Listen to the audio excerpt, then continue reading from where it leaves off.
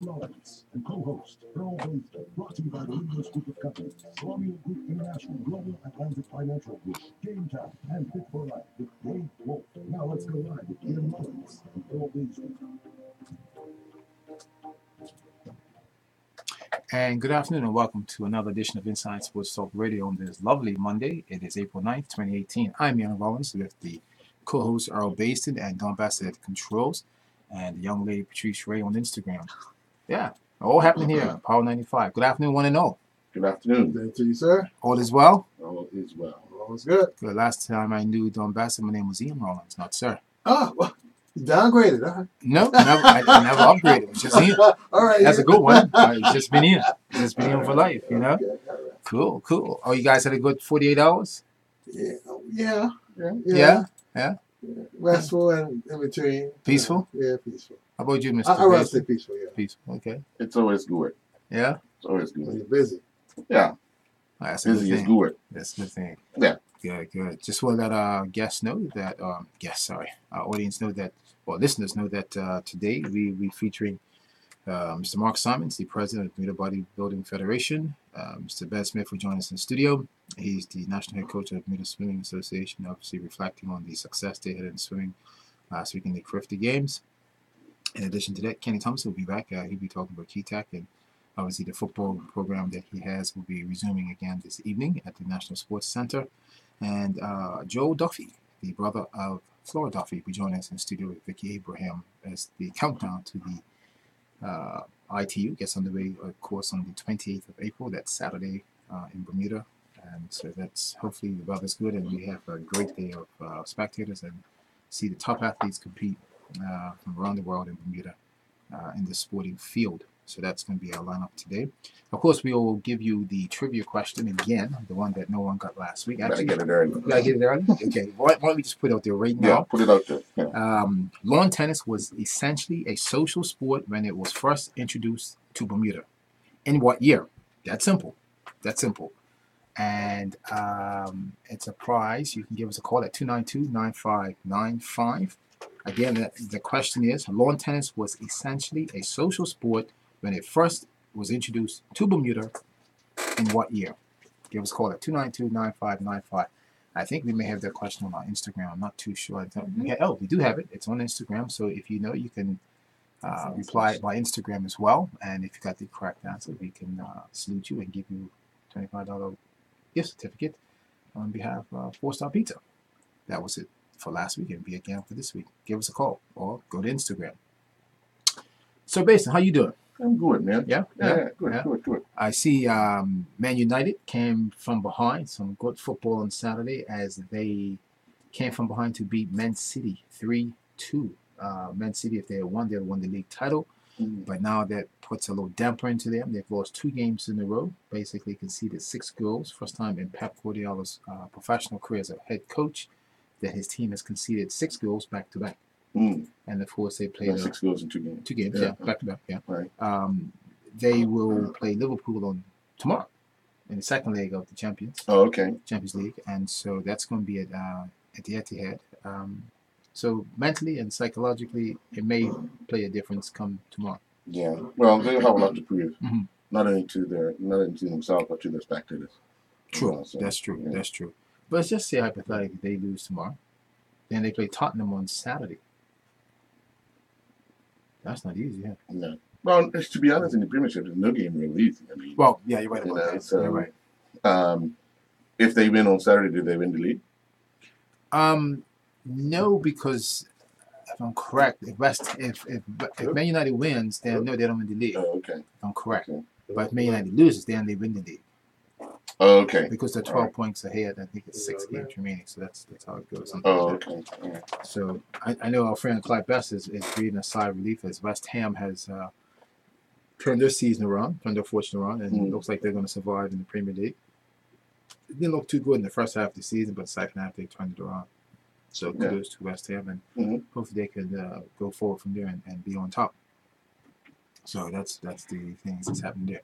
Regarding the finals yesterday in the FA, the game was abandoned. Yeah. Was that due to weather? Rather, more weather than anything else. The rain came very hard. Then thunder and lightning And for everybody's safety around the stadium, it was better that they postponed or stopped the match, Mhm.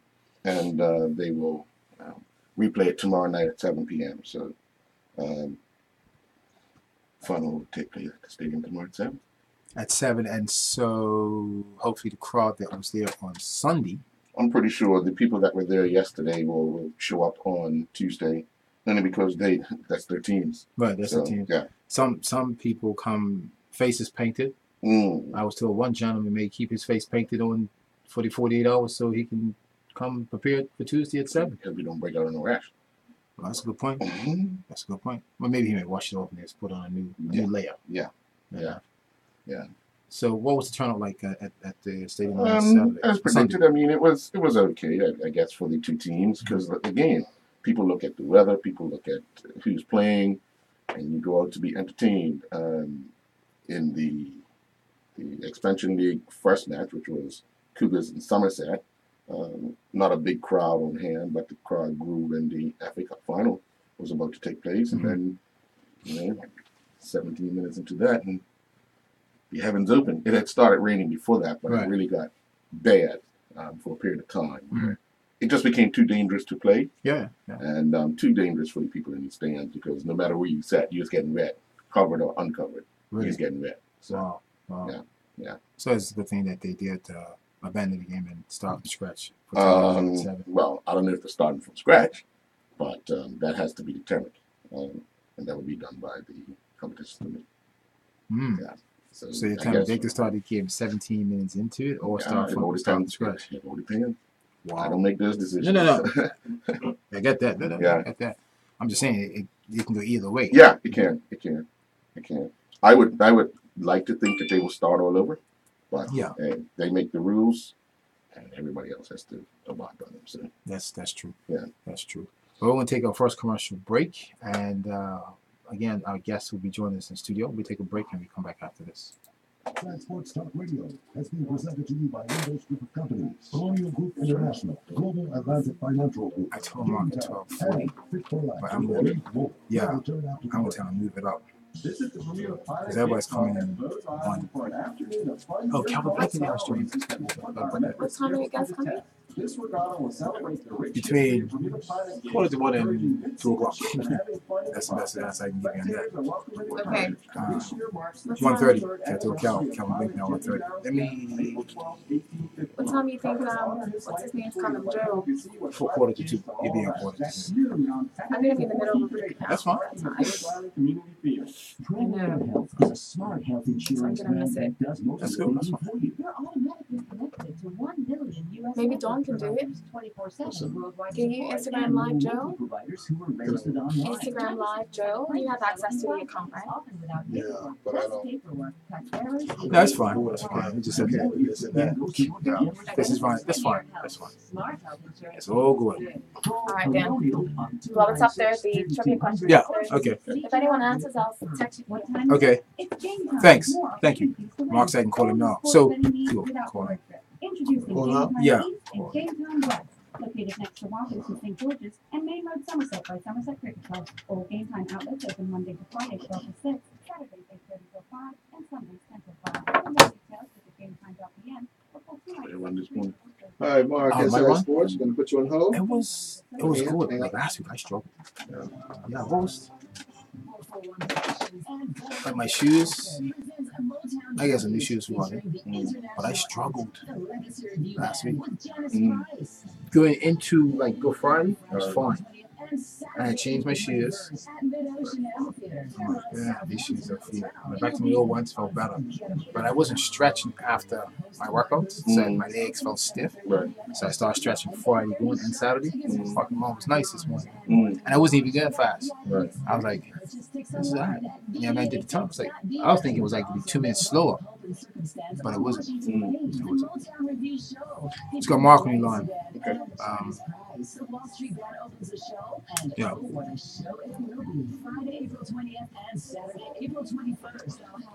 Pass it. This is a limited ticket engagement. Put on your dancing shoes and let's go. Sponsored by Hennessy, Corona, and Shiraz. Now, back to Inside Sports Talk Radio. Inside Sports Talk Radio with Power 95 FM. With host Ian Rollins and co-host Earl Beeston. Yes, and welcome back to Inside Sports Talk Radio. On the line with us right now is the president of the Bermuda Bodybuilding Federation, Mr. Mark Simons. Good afternoon, Mark. How are you? Good, good. You must have recovered well after Man United coming from behind, beating Man City 3-2. Yeah, I recovered really well. I'm sure you did. First half was a little different. The second half, you were breathing better, right? Yeah, it's graceful at times, and as you pointed out, the second half was phenomenal. Not sure why they can't put 90 minutes together like that, but it is what it is. Yeah. Okay. Cool. Fair enough. With that said, the annual bodybuilding show it's just upon us. Actually, it's this 14th meeting this Saturday. It's going to be at the City Hall. It's like a prelude to the big show that's going to happen later this summer. What are your expectations on Saturday night, Mark? Okay. So let's be clear. It's not the annual bodybuilding show. It's not the Night of Champions, which historically takes place in August. This year it's going to take place in July. And the reason for that is the Central American and Caribbean Bodybuilding Championships has been brought forward a month, so we're bringing our show forward. Now, this is entitled the April Extravaganza.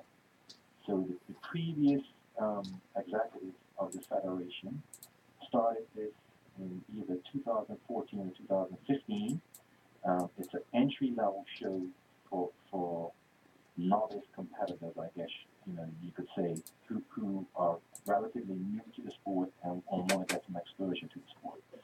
So the show didn't take place in 2016 or 17 because we didn't have the required amount of competitors to put on a show. So the minimum amount that would be required, which we would say is 10.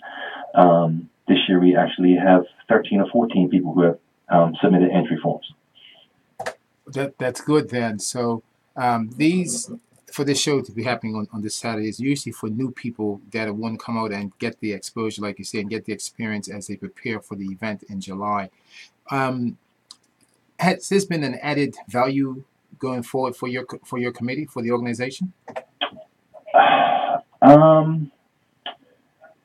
Yes, because it gives us another date on the calendar, so to speak, to showcase bodybuilding and fitness to the local community.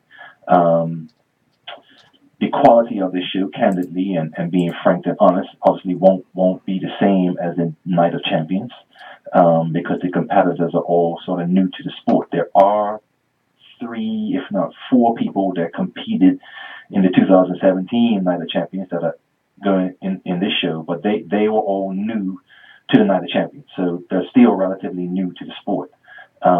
So we're just looking to give our constituents another avenue to showcase themselves and get a feel for the sport. So we're essentially dictated to by our constituents. I mean, if they come to us and say, can you please bring the April show back on, we try to create a viable opportunity for them to have a show. So it happened. We're pleased to say that we have enough competitors to have a show, and we're looking forward to it on Saturday. Cool. So with that said, then I know when you were not sworn in, but when you came on as new president, your committee has some new outlines and details that you wanted to put forth to increase the competitiveness, to get more interest from younger athletes. Has that been working out? I know you say you want to go to the schools and let's say invite new competitors from the school aspect, even from the adults. Where you stand there regarding in bringing new people on board?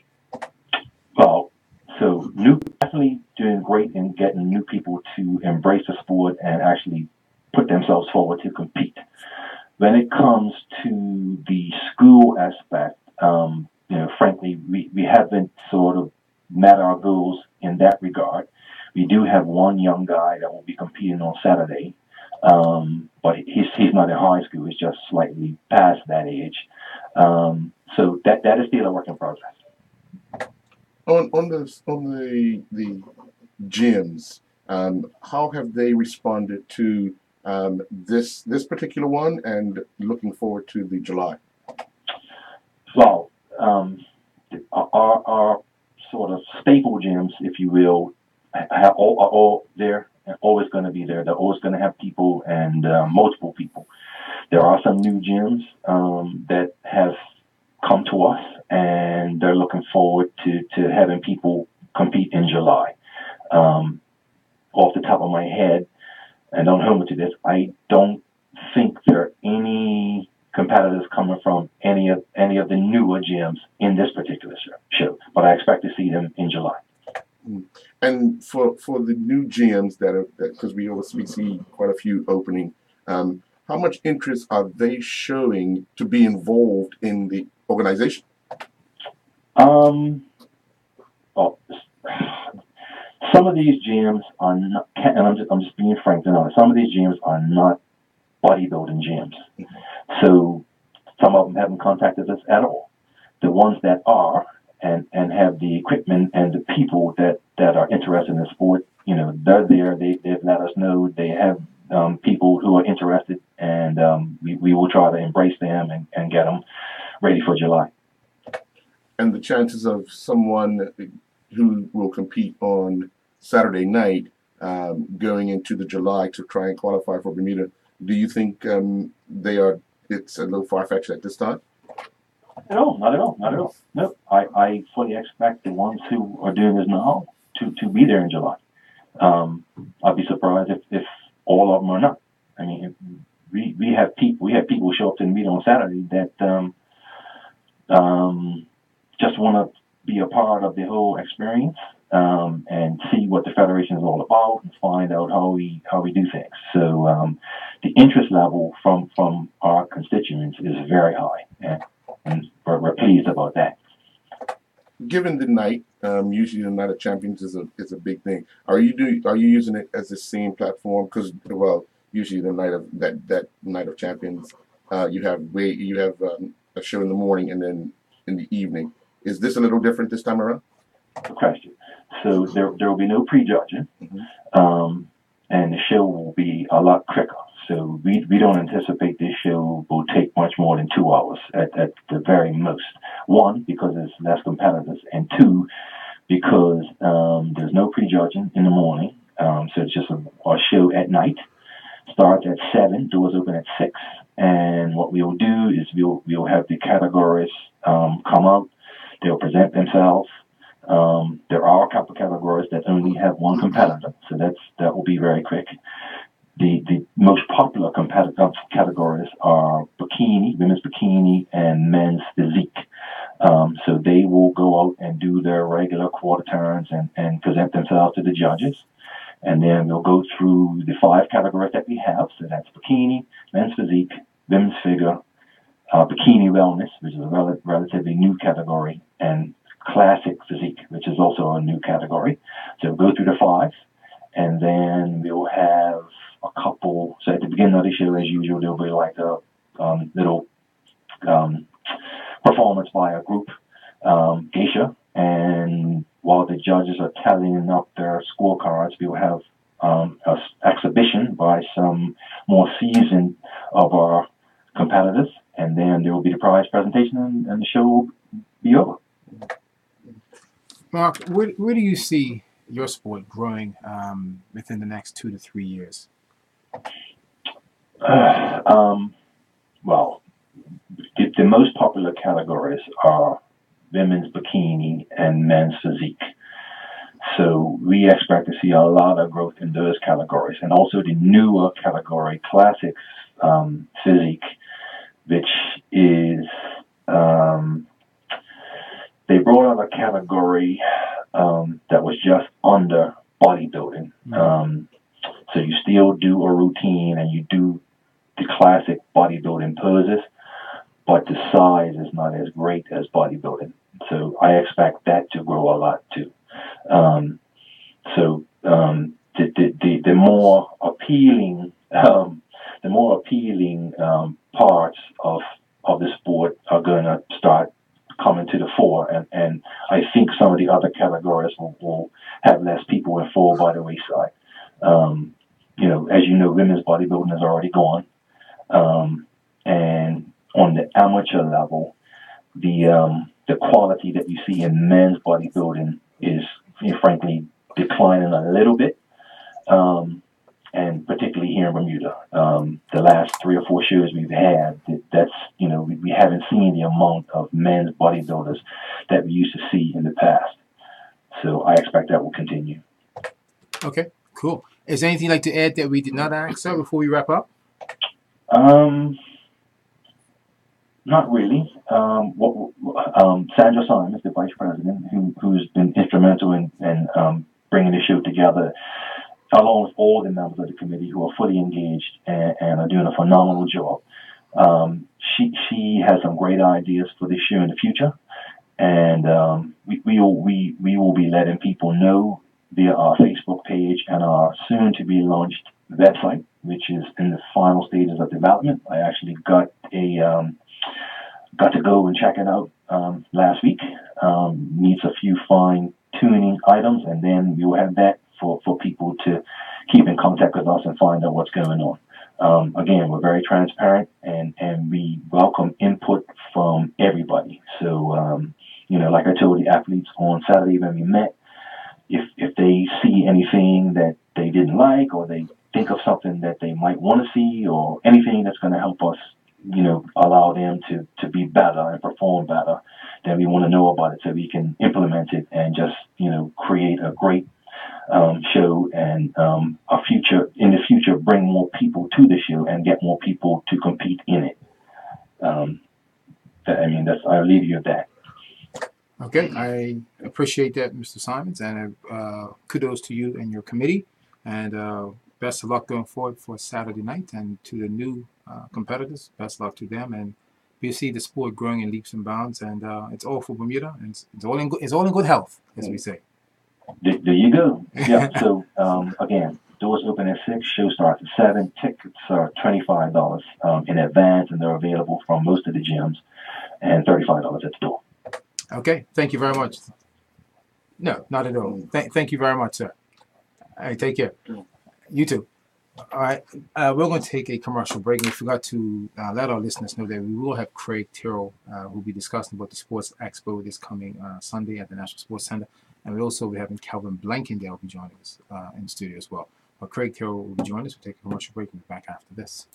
Side Sports Talk Radio has been presented to you by Lindo's Group of Companies, Colonial Group International, Global Atlantic Financial Group, Game Time, and Fit for Life with Dave Wolf. We'll return after the break. Visit the Bermuda Pilot Gig Club at Rose Island for an afternoon of fun Gymkhana-style races that will put our members' skills to the test. This regatta will celebrate the rich history of Bermuda Pilot gigs, encouraging good seamanship and having fun in the process. Spectators are welcome and encouraged. This year marks the 203rd anniversary of pilot Jimmy Darrell's death on April 12, 1815. Help us honor his life and career by coming to see what pilot gigs are all about. That's noon on Saturday, the 14th of April, parking at Rose Island Community Field. Premier Health is a smart health insurance plan that does most of the thinking for you. You're automatically connected to 1 million U.S. network providers, 24/7 worldwide support, And more local providers who are registered online. 96% of claims are settled in 5 days. Good morning, good morning, good morning. Hey, what's going on, man? Good afternoon, good afternoon, good afternoon, good afternoon. Benefits. Premier Health. You never walked something like that? So, Brenda's actually off island, so I'm going to be solo. What time is it? It's Cool. game That's time good. That's up to you guys. to win. All right, cool. All your sports betting needs without This the was something road. like a really big hit. Game Yeah. time each You just had this one? No, I got this one. Good try.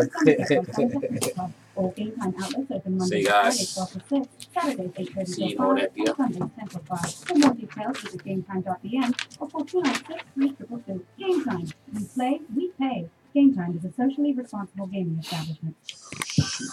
Hi, I'm Bruce Farrell, Bruce the Beverage Man.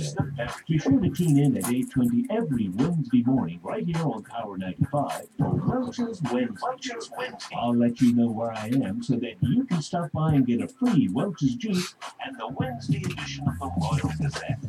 It's Welch's Wednesday.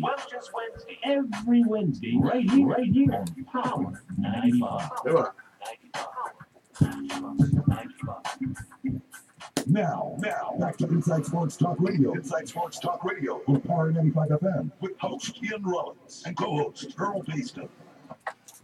And welcome back to Inside Sports Talk Radio. Before we introduce our new guest, I just want to give you the sports trivia question again. Hopefully you can win that $25 voucher from 4-Star Pizza. They can get it. You not can get it? I might have to change it up by next week. Somebody, if you could call, but no cigar. No cigar. Okay. Well, My one still stands. My one's 3 weeks. It was 3 weeks? Well, this is the second week. Okay, fair enough. Lawn tennis was essentially a social sport when it first was introduced to Bermuda. In what year? Simple. In what year? That's all we want to know. Craig, don't look at me like you want the answers. I'm not giving it to you. Put your hand down. Craig. Give us a call at 292-9595 or go to Instagram and we can assist you on that side if you have the answer. Simple answer. Well, joining us in the studio right now is Mr. Craig Terrell. I believe your title is the Director of Operations Manager of National Sports Center. Yes. Youth Sports Expo 2018 will be happening this coming Sunday at the National Sports Center from 1 p.m. to 5 p.m. Tell us all about it. Woo! Well, thank you for having me, gentlemen. No worries. You got an office here? You're here like every day, you know? It feels like it. Definitely feels like it. I should probably do a little remote show, maybe at National Sports Center if you guys. Yeah, we could work something out. All right, you know what I'm saying? Well, anyway, this weekend we are excited to have the next round of the Youth Sports Expo. I like how you worded it. The next round. So the first one was in 2015, right. And this one is now our second version of the event. And, we're really excited because we have a number of national sports governing bodies that will be participating in the event this weekend. Obviously, we have a little issue because the Marine Expo has been moved to our date, so we have a little bit of clash. But it's all good. It's all good. We're still gonna make sure that this thing is a huge success. We have a number, like I said, of national sports governing bodies that will be participating, and the idea is to showcase the sports that are available on island, because we get tired of people saying, it's not for my kids to do. It's not for my kids to do. Outrageous. You have over 36 or 38 sports governing bodies in something like that. Something like that. Now they're all not participating, unfortunately, but we still have quite a few. But this obviously wouldn't happen without the assistance of the Bermuda Olympic Association. So great shout out to the Bermuda Olympic Association, who through their mandate for Sport for All have come on board to make sure that this thing happens. With them, we have great sponsorship from the Bermuda Broadcasting Company, as well as BF&M Limited and the Royal Gazette. The Royal Gazette is actually putting together a souvenir booklet that has information on all the individual sports. Actually, this is the 2015 version. I will be picking up the 2018 version tomorrow. And it gives something for people to take away. We will actually be delivering these to all the schools starting tomorrow, so the kids can actually have that in their hand before the event actually starts. So they have an idea of what they want to see and who they want to check out. So let me just give you a quick list of the sports that are participating. We have swimming, water polo, diving, motorsports, sandshell, football, golf, jump rope, athletics, cricket, boxing, fencing, rowing, equestrian, tennis, volleyball, rugby, hockey, archery, sailing, gymnastics, netball, and basketball. And we will also have the ambidexterity games will have a booth. They actually have an event on the 22nd up at the National Sports Center, so they will be showing some of their stuff as well. Yeah, so it's a nice cross section of sports, and gives people an opportunity to come out, not just as the kids to see what they get involved in, but even the parents. That's true. Who maybe want to get involved in as volunteers, as coaches, as administrators, exactly. So it's a great opportunity for everybody to come out. Now, what we're also doing this year is a couple of the sports doing special demonstrations. So, for example, the archery people will be doing a demonstration on the hour every hour, 2, 3, and 4 o'clock, a special demonstration. The rugby group are actually having an exhibition rugby match at 12 prior to the event actually opening up on the South Field. So we invite people to come a little early to check that out. And the sandshell group will be doing a demonstration at 3 p.m. So, you in between you walking around and checking all the other sports, that you have these specific times that you can check out some demonstrations from those sports. This is the question I'm going to put to you is nothing new. And you've heard it because you experienced it with the Kappas and with sporting bodies you've been involved with, and Earl and I hear it all the time. We get the young people involved between the ages, let's say 7, up until 16. It fades out. When you will come along, when Earl and I will come along, we will still playing sports up until as long as we can. Sure. Why is that we're losing the interest, but yet we have the sports governing bodies here putting out their best foot forward to keep the programs going? You know what? That's a really good question. And you can boil it down to a lot of different things. I think, choices. When we were coming up, we didn't have as many choices in events sports, for example, that we were exposed to play.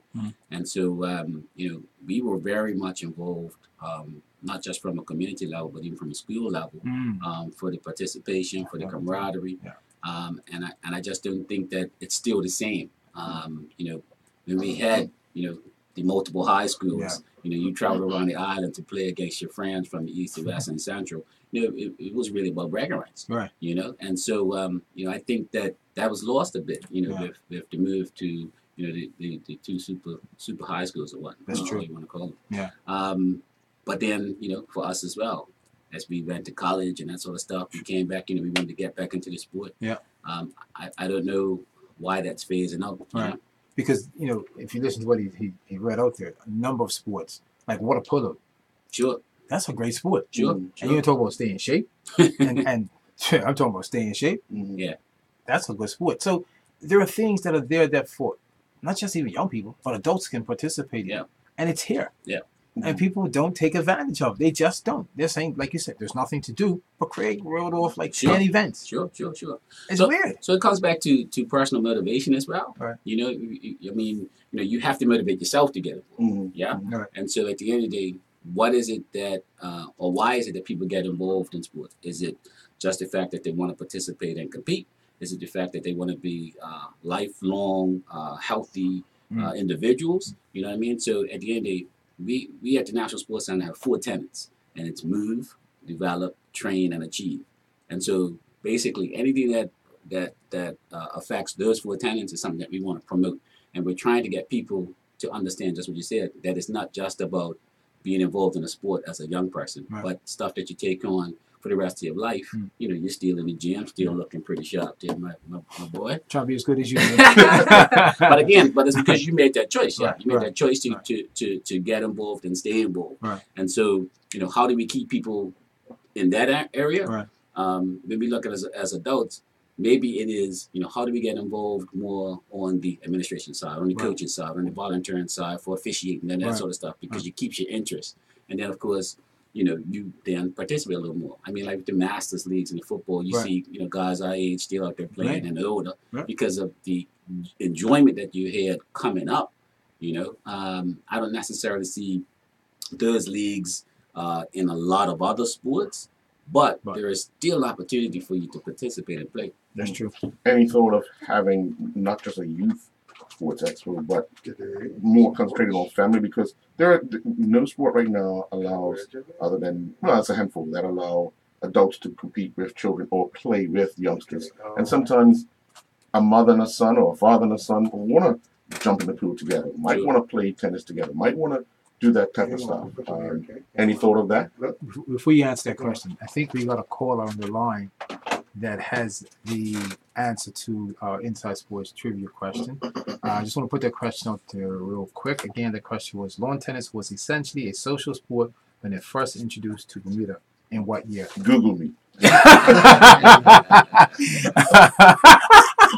Okay, well, Google me. That's a good one, girl. That's a good one.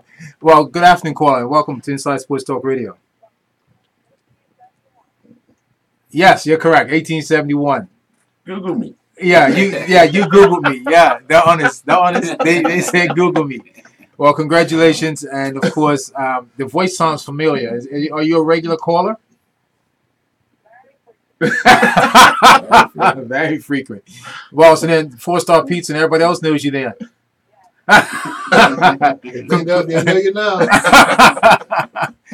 Congratulations. All right. Well, you can stop by the office this afternoon and you can pick up your voucher.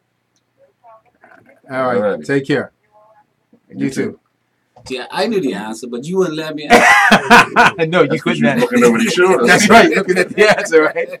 No, you couldn't do that. Then they were like, "Oh, that's a setup. That's a setup." It's all good. It's all good. But sorry, go back But to. Earl, no, that's a really good question. Earl. I mean, at the end of the day, what the Bermuda Olympic Association is really pressing to do with the national sports governing bodies is actually promote the sport at a younger age to get them involved. Yeah. We're trying to get involvement. I think at some level, there is an extension or an opportunity for us or someone to actually look into developing, just what you're saying.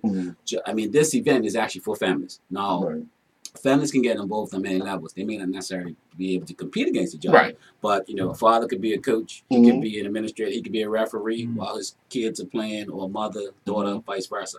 So there is opportunities as a family to get involved in the sports. So, I wouldn't say directly that we're able to say, set up something for competition-wise. Well, not competition, but more so. So if the parents involved, sometimes it leads to the kids getting involved. Sure. A kid would go to, because 9 times out of 10, a parent takes a child to a sport because they played it or they like it. Absolutely. And the child just stands there. But if they see their parents involved in the sport, they tend to lean more towards taking part in it. Sure. But, yeah. No, I mean, that's a great point. I mean, coming up, I followed my parents in a lot of stuff. Right. I mean, followed my dad in football, and they played softball, and I played softball. I played a lot of sports, a little golf. He went into politics. I stopped there. Right.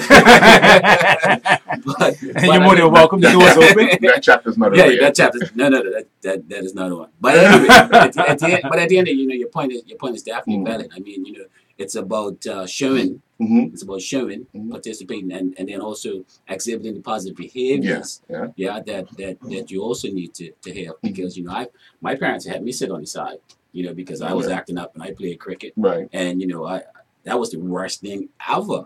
It was the worst thing ever. Yeah, to have my father come to the game and tell the coach, he needs to sit on his side because he's not acting right, and then to sit there and watch my teammates play, and just infuriating me, but at the same time, lessons learned. Yeah, lessons learned. Lessons learned. Sports has grown in leaps and bounds, worldwide. The stress of, not the stress, what I mean by stress, and the importance of health. With the number of sports that are on island right now, there's an opportunity for youth to adults to take care of health and participate in sports for various reasons. You may not be the best player, you may not be the best individual person in that sport, but participating mentally, physically, it takes you to a new level. Sure. And that's what people have to look at. It's not always about winning. No. It's about conquering that aspect and understanding, like, I can do this, and then I can go to the next level doing something else. Sure. And this is what this expo presents. Yes, right? absolutely. And it also presents people with camaraderie, like you mentioned earlier. We don't have the schools, but you can meet new people from the east to west, north to south in Bermuda, and say, wow, I didn't know this was happening, and this person is involved in that. They could teach me. And that's how it was with you and I when we were growing up, right? I lived in the west, you lived in central, or lived in the east.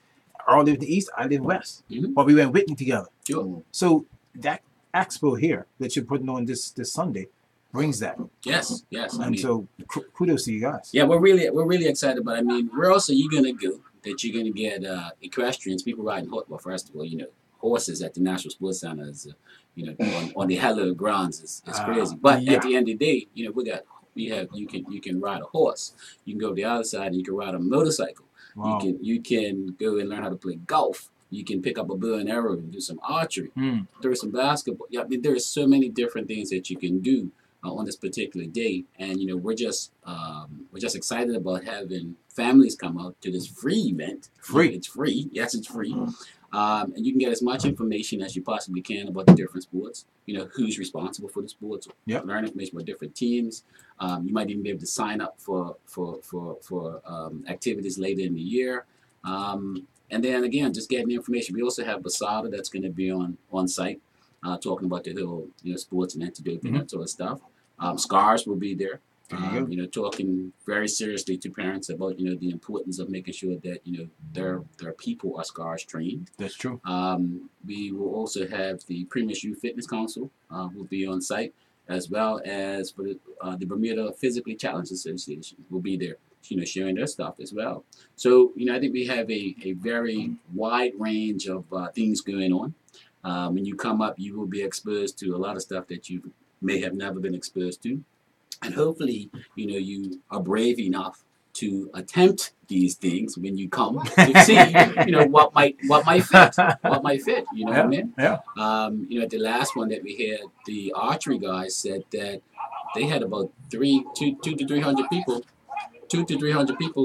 showing up for their particular event, and it was it was awesome. It was awesome.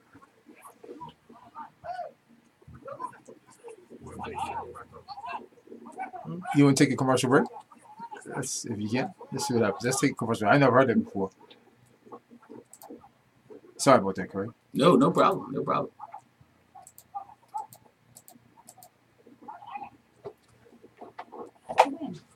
What's that? I was jacking my friend. It's coming through the system. What is that there? That's on you. That's you. Playing that right now. The coach. That's your friend.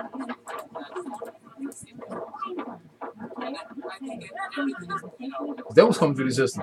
That was going through the mics. Yeah. It's you. But it was nothing playing on it.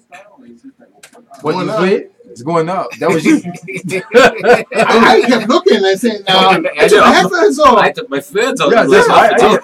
I knew it was coming from outside, right? So Yeah, accidentally hit something. Yeah. I was So like, good. yeah, it's all good. I was just like, I was with the coach Chappie. What the Hey, heck? I'm looking, seeing what the hell was going on. So one more commercial. Yeah, then we go to news. Yeah. We have to go to news. Yeah, it wasn't a personal one. Claims are automatically verified, allocated, and checked. With 99% financial accuracy. A group I thought it was somebody outside making noise and it was coming from the mics. because I heard it earlier. Oh. And what does this power mean for you? Great premiums, more benefits, and more choice. Premier Health. Smart health insurance feels good. Call Colonial on 296-3200 Or visit cgigroup.com.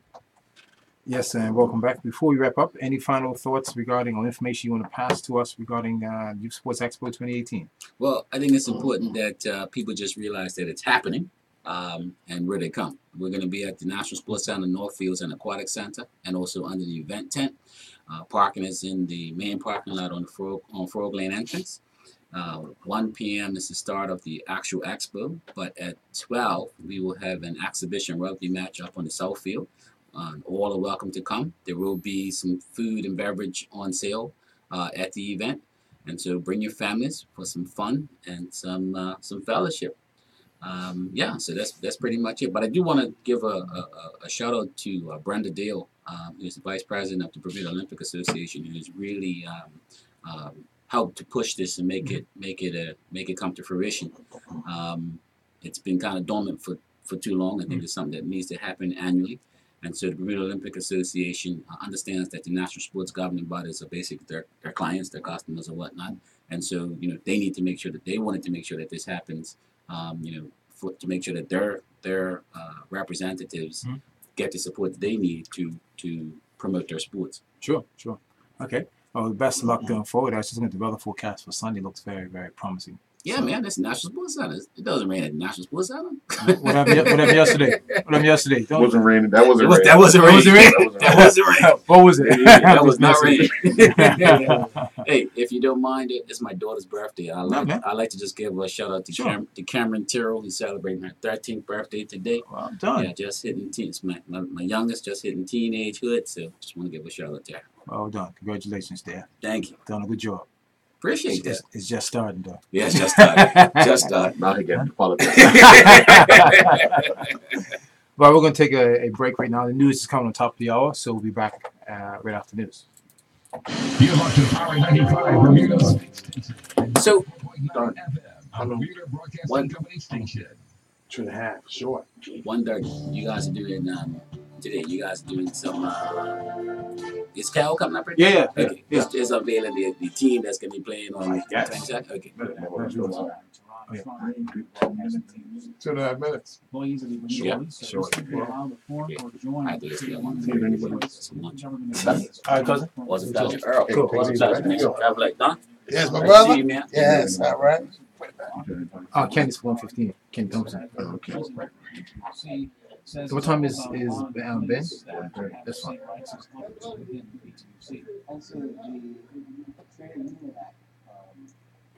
You said 2.5 minutes. And you wonder why you can't get Apple sponsors. You shaking your head? Because I'm baffled. He told me the other day that no one, he said no one helps him with the video news. He showed me the list right. He said, this is what I got from news. That was 3 stories. He said, I didn't do it, I had no radio news.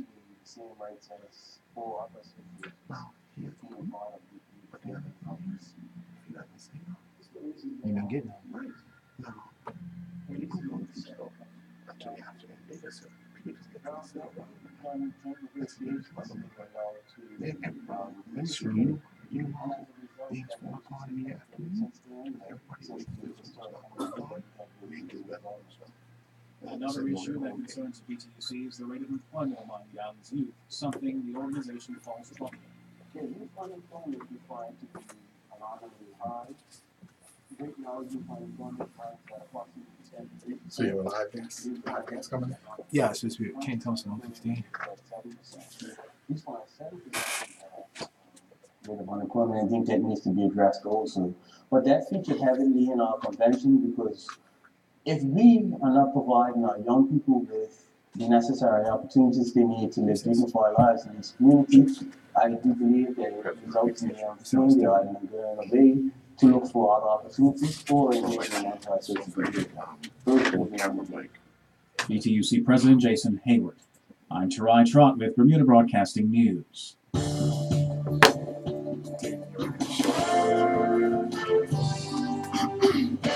can take it. Okay. You got weather, right? Weather, yeah. Then go commercial after that here. After weather, go to Inside Sports commercials, then come back. Okay, Feel back. All right, thank you very much, Tarai Weatherwise. 7 o'clock conditions out there. It is now 69 degrees, and winds are out of the north, light winds. For tonight's increasing clouds, couple of showers later on. 1 or 2 showers. Winds are from the northeast, light winds. On low tonight, 64.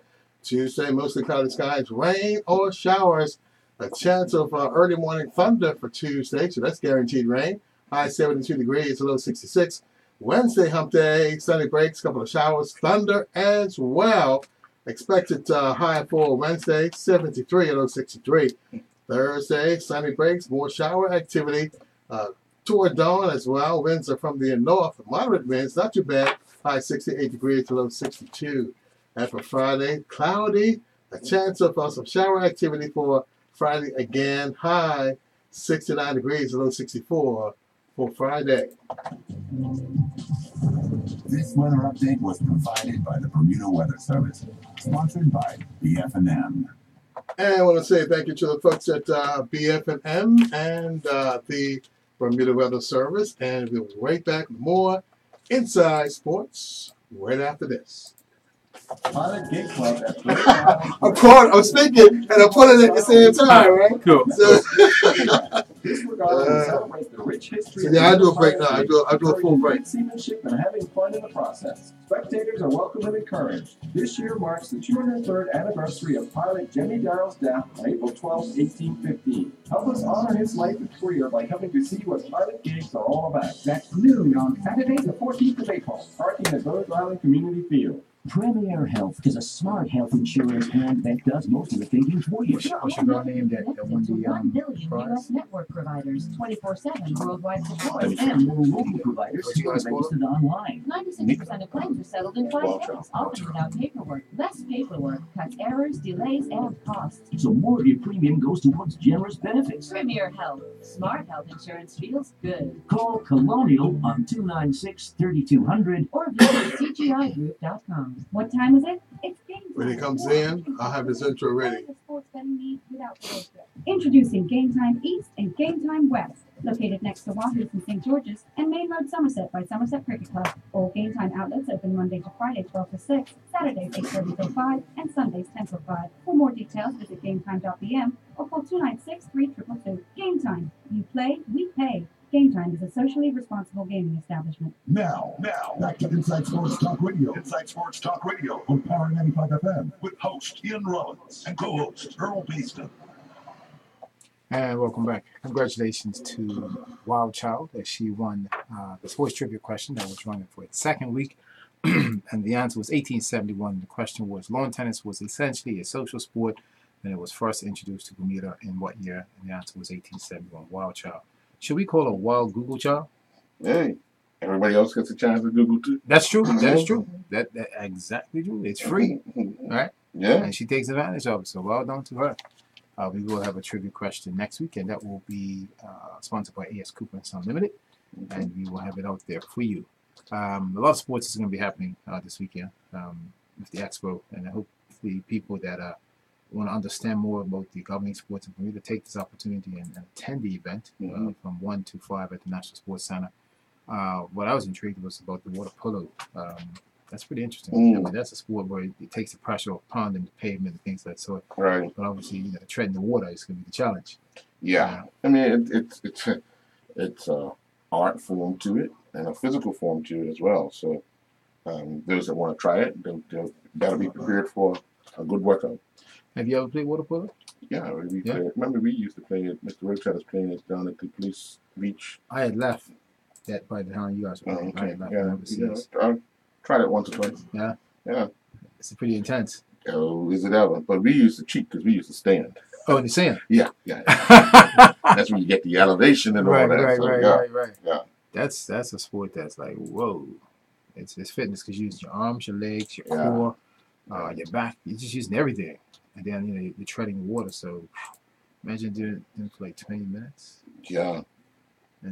It's like, whoa. It's locked in. Okay. Well, we're going to take another commercial break. Another guest has arrived, so we're going to bring him in the studio, and we'll be back after this.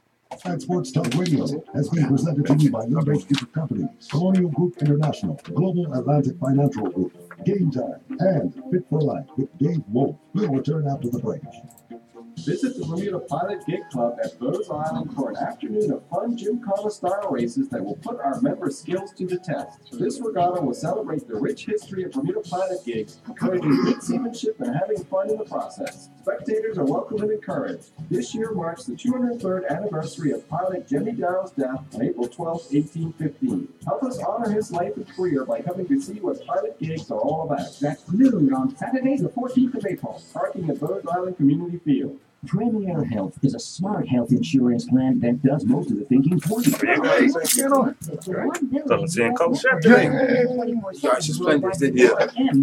providers who are registered online. 96% of claims are settled in 5 days, often without paperwork. Less paperwork cuts errors, delays, and costs. So more of your premium goes towards generous benefits. Premier Health. Smart health insurance feels good. Call Colonial on 296-3200 or visit cgigroup.com. What time is it? It's game time. More opportunities to win. All your sports betting needs without the road trip. Introducing Game Time East and Game Time West. Located next to Wahoo's and St. George's and Main Road, Somerset by Somerset Cricket Club. All Game Time outlets open Monday to Friday 12 to 6, Saturdays 8:30 till 5, and Sundays 10 till 5. For more details, visit gametime.bm or call 296-3222. Game Time. You play, we pay. Game Time is a socially responsible gaming establishment.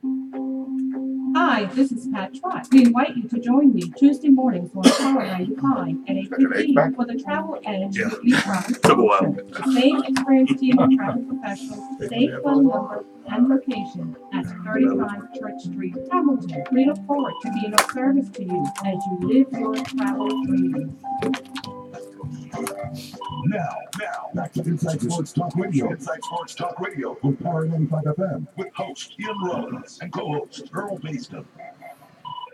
And welcome back to Inside Sports Talk Radio on this Monday, April 9th. Joining us in studio now is the national coach for swimming, Ben Smith, just back from the Carifta Swimming Championships in Jamaica. 32 medals, few shy of the 39, but overall performances you would put down as good? Good? That would be an understatement. Obviously, we're really excited about the performances at this Carifta Championships in Jamaica. The overall team with 15 swimmers all of them got involved with getting medals and lots of personal best times and lots of not just local records but Carifta records. So we were excited with the performance. You have some very special youngsters. How do we plan to keep them evolving in the sport? So the important thing is that you have events for them that challenge them, along with events that are going to give them the ability to shine, so that balance continues to challenge them forward.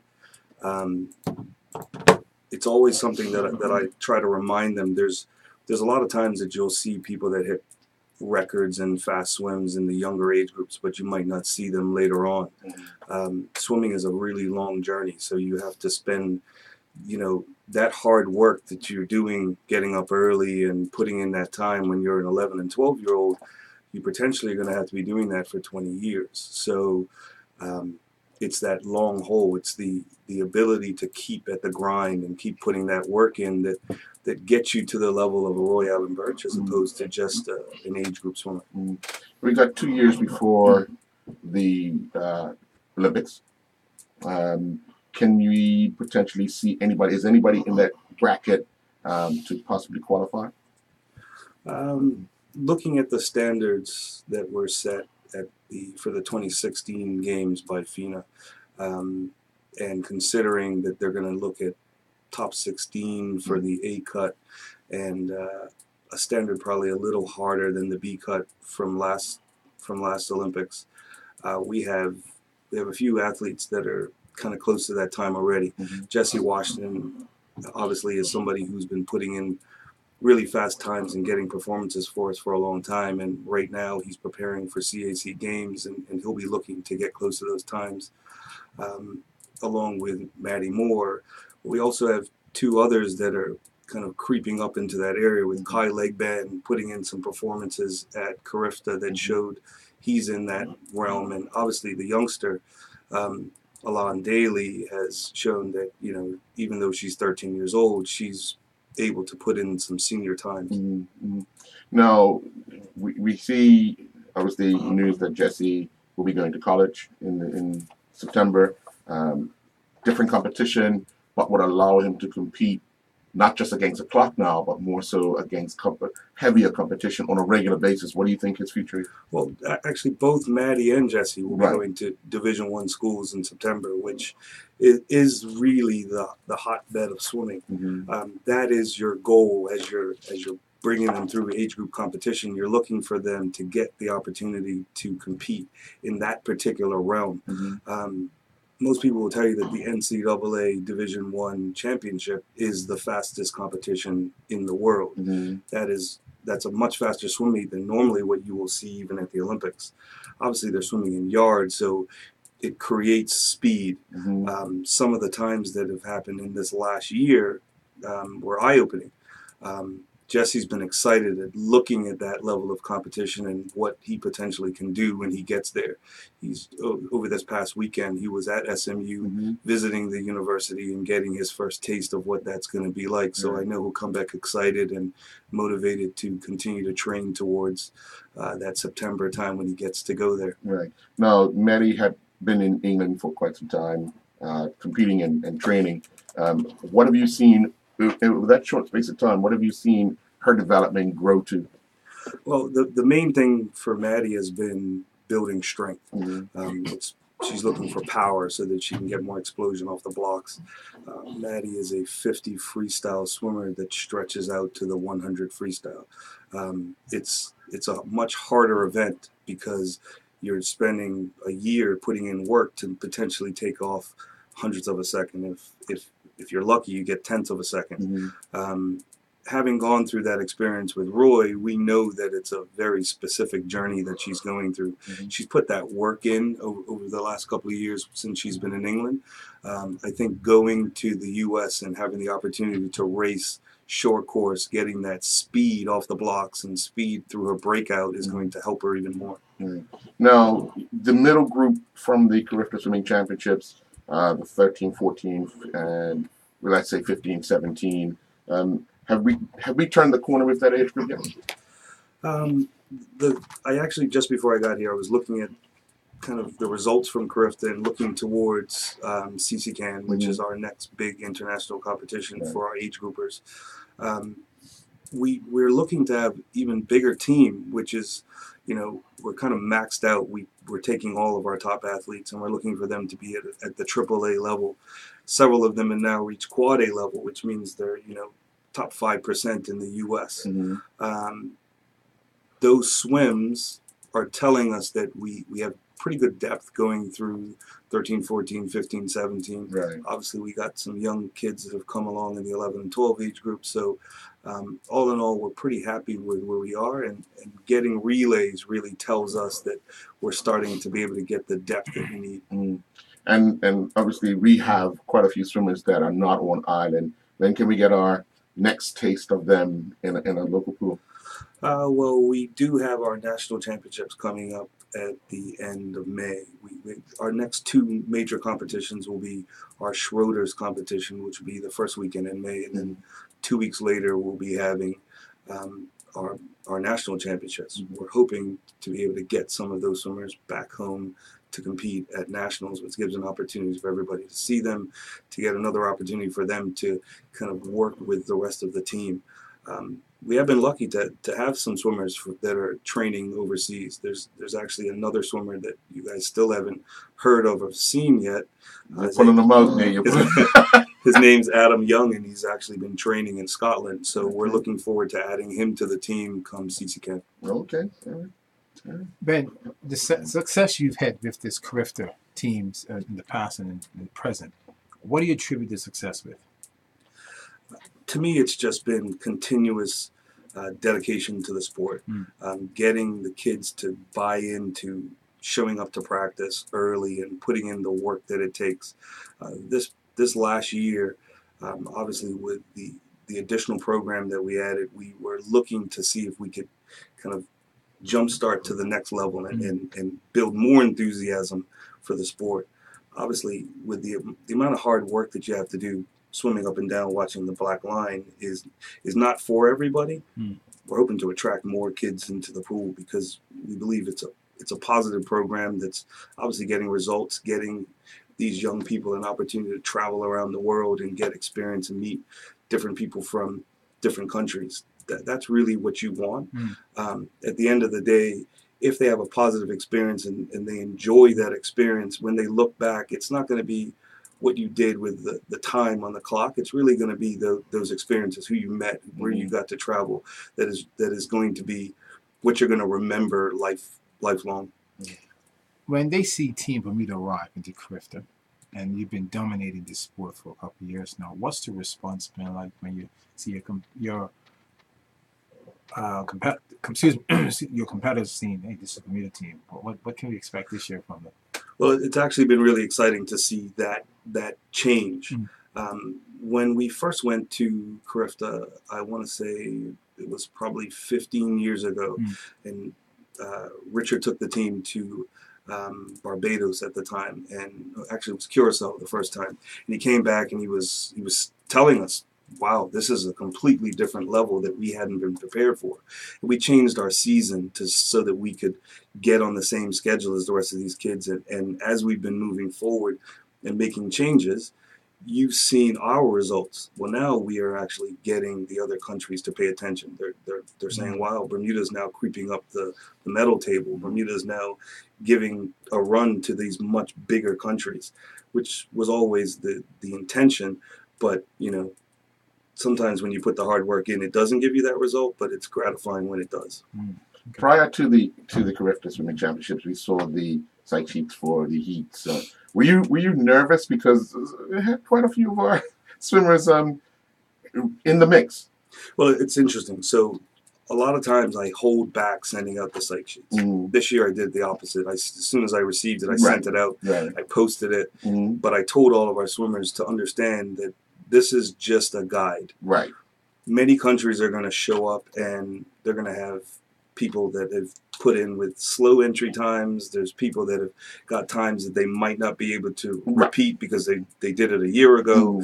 So you can't really gauge. It just gives you an idea of where you should be in the mix. I mean, when we show up with somebody like Elijah Daly, and people are probably taking him for granted because of where he was seated, and then he drops 28 seconds and gets a medal, you know, so that tells you you can't really put all of your faith into the site sheet. Right. 11 gold medals. 11. Correct. What special person? It's unbelievable. I mean, special is not the word.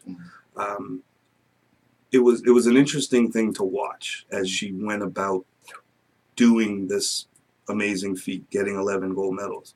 The issue was that wasn't her main goal. She wanted 11 gold medals, and she wanted to get 11 Carifta records.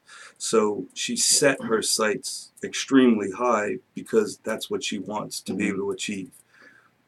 I say that when you're aiming for that kind of height, when you're striving to be that kind of athlete, obviously that's the kind of performance that we saw. Most of the people were in awe. We were told by several of the athletes and parents from other teams that they look for her. Right, so they were excited to know that she was coming with us this time because she, you know, we weren't actually sure that she was going to be performing for us at this Carifta. Obviously, she has a busy schedule for Canada as well, and Canada is still making that hard push. But the truth of the matter is, she's a Bermuda girl, and we need to make sure that Bermuda continues to support her and let her know that spectacular performance makes everybody in Bermuda proud, and we want her to continue to swim for us. True. Cool. Is there anything you'd like to add before you wrap up, sir? Just we took a couple of days off. We got back in the water today, so some of the kids were just a tiny bit rusty because they've had a couple of days off. It's amazing how quickly it happens. But we're getting right back to it, and the kids are excited for what they're going to be able to do in the coming months and leading into the summer. Well, keep up the good work, Ben. And of course, you're bringing in stellar results. And who knows, in 2 years, like Earl said, what's on the horizon for the Olympic team? Exactly. We can just wait and see. All right. Cool. We're going to take a commercial break, and we'll be back with our next guest. And Sports Talk Radio has been presented to you by Windows Group of Companies. Good job, mate. Keep it up. All right. Next guest. I will get you up. We'll return after the break. Richard, do it, please. Yes. Okay. He's doing the records now, so we can give you an update on that. All right. Thanks, man. Take it easy. Member skills to the test. This regatta will celebrate the rich history of Bermuda pilot gigs, encouraging good seamanship and having fun in the process. Spectators are welcome and encouraged. This year marks the 203rd anniversary of pilot Jimmy Darrell's death on April 12, 1815. Help us honor his life and career by coming to see what pilot gigs are all about. That's noon on Saturday, the 14th of April, parking at Rhode Island Community Theater. Feel the power of your health plan. Premier Health is all about great customer service. Claims are automatically verified, allocated, and checked. The group system is 1,500. Jet setter. Did you today or what? I did. Yes, sir. I did. Come back. Fresh tonight, then. Look like just ready to take off. Premier A Health. couple of days. Yesterday, taking off for a run date. And I realized Or that visit CGIgroup.com. What time I is didn't it? have my wallet. It's game time. More Oh, opportunities to win. man, you stopped All playing. the sports betting needs without the road trip. Introducing Game Time East and Game So Time one of us West. left Located next to in the Wallace taxi. and St. George's When and we Main went to the Road airport. Somerset by So the Somerset taxi driver has it? All Game Time outlets open yeah, we Monday have to it now. Friday, Okay, that's 6, Saturdays 8:30 That's a to lot. 5, That's and a lot. Sundays 10 till 5. Search. For more details, Nothing visit I couldn't GameTime.pm or just sit there for 7 hours and Game Time. You play, wait you until pay. I Game Time. So it fell out of your pocket or something, or no, you just I, put it. I was getting ready to put it Join in me the on the next morning month. show Right, on right. Power I gotta do 95, something else Friday in there. morning at It was 7:45 taxi. a.m. It's all about you. This 15-minute segment will cover So yeah, the so all day, yeah, It's all about you. Friday morning at 7:45 a.m. Power 95. Brought to you by the Premier Health and Wellness Center. It's all about you. Now, back to Inside Sports Talk Radio. Inside Sports Talk Radio with Power 95 FM with host Ian Rollins and co-host Earl Payson. This segment of K-Tech with Kenny Thompson has been brought to you by Windows Group of Companies. And it's that time. Kenny Thompson, welcome back. How you doing, mate? Fine. Fine. Yeah.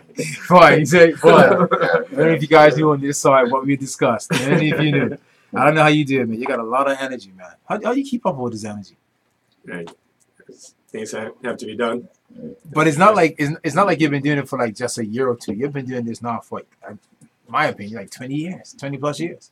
So in coaching, this is the 28th year actually. So now you're going coaching plus administration. Yeah. Good Lord, man. And it's what I love to do. Yeah. But you don't look a day I old. think the most important thing is the level of importance that I attach to it in terms of the players, right. Young and older players, Right. senior players. But I just think it's very important. Have something to offer, and it would be remiss not to provide it and offer it for our players. So that's how I look at it. Do you ever reflect on the time when you were coming along as a great player for Somerset and Village days, as a young man, and look at it now, what the opportunities are so different? Yeah, it's for sure. It's there are a lot more opportunities these days than when we were coming along. When we were coming along back then, it was more dependent on maybe somebody seeing you. And if you're looking at, for example, everybody looked to play in England, for example. So they hope that someone might see you from England all the way here in Bermuda. There are situations where, of course, we had people like Clyde and people like that went abroad, and they were provided an opportunity.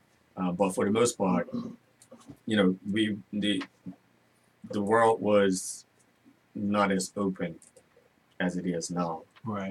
To just getting up and going to situations. And the other thing that's different is that the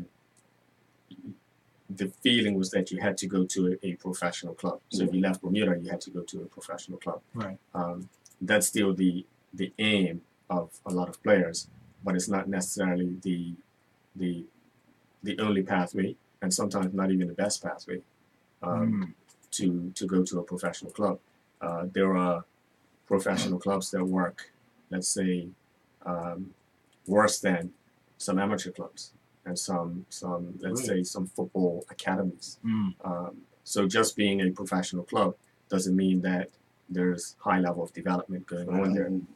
So the opportunities are great now because, for example, with the link that I have in Barcelona, that the chances of even providing for a player to leave Bermuda and to go to FC Barcelona or to Espanyol are very, very slim. Wow. But I can send a player to UE Cornea or another Catalan club tomorrow. And a player being in a program like Cornea will get the level of development that players are getting at FC Barcelona. And UE Cornea also plays in the same competition as FC Barcelona. So technically the player would almost be getting the same thing in terms of development, in terms of in training, in terms of competition, and that's more doable. For me to call FC Barcelona and say, I have a player, can you take this player in tomorrow? Right. It's not going to happen. But to send a player to Cornea, that player can find his level because, for example, in certain age groups, Cornea has age categories. In certain age categories, they have teams from A to L, M, and O sometimes. Wow. So a player who leaves Bermuda and goes to Cornea, he might be good enough to play in A, or he might have to play in B, or he might have to play in D, and so on. And so those opportunities are there. So to just go back to your initial statement is that the opportunities are, as a result of this sort of thing, that much greater for young players today. Do you believe people get caught up in the name of the club as opposed to what can help develop and give the youngster a better opportunity? Oh, for sure, for sure. To be honest, I see, and I have to say this respectfully, but I see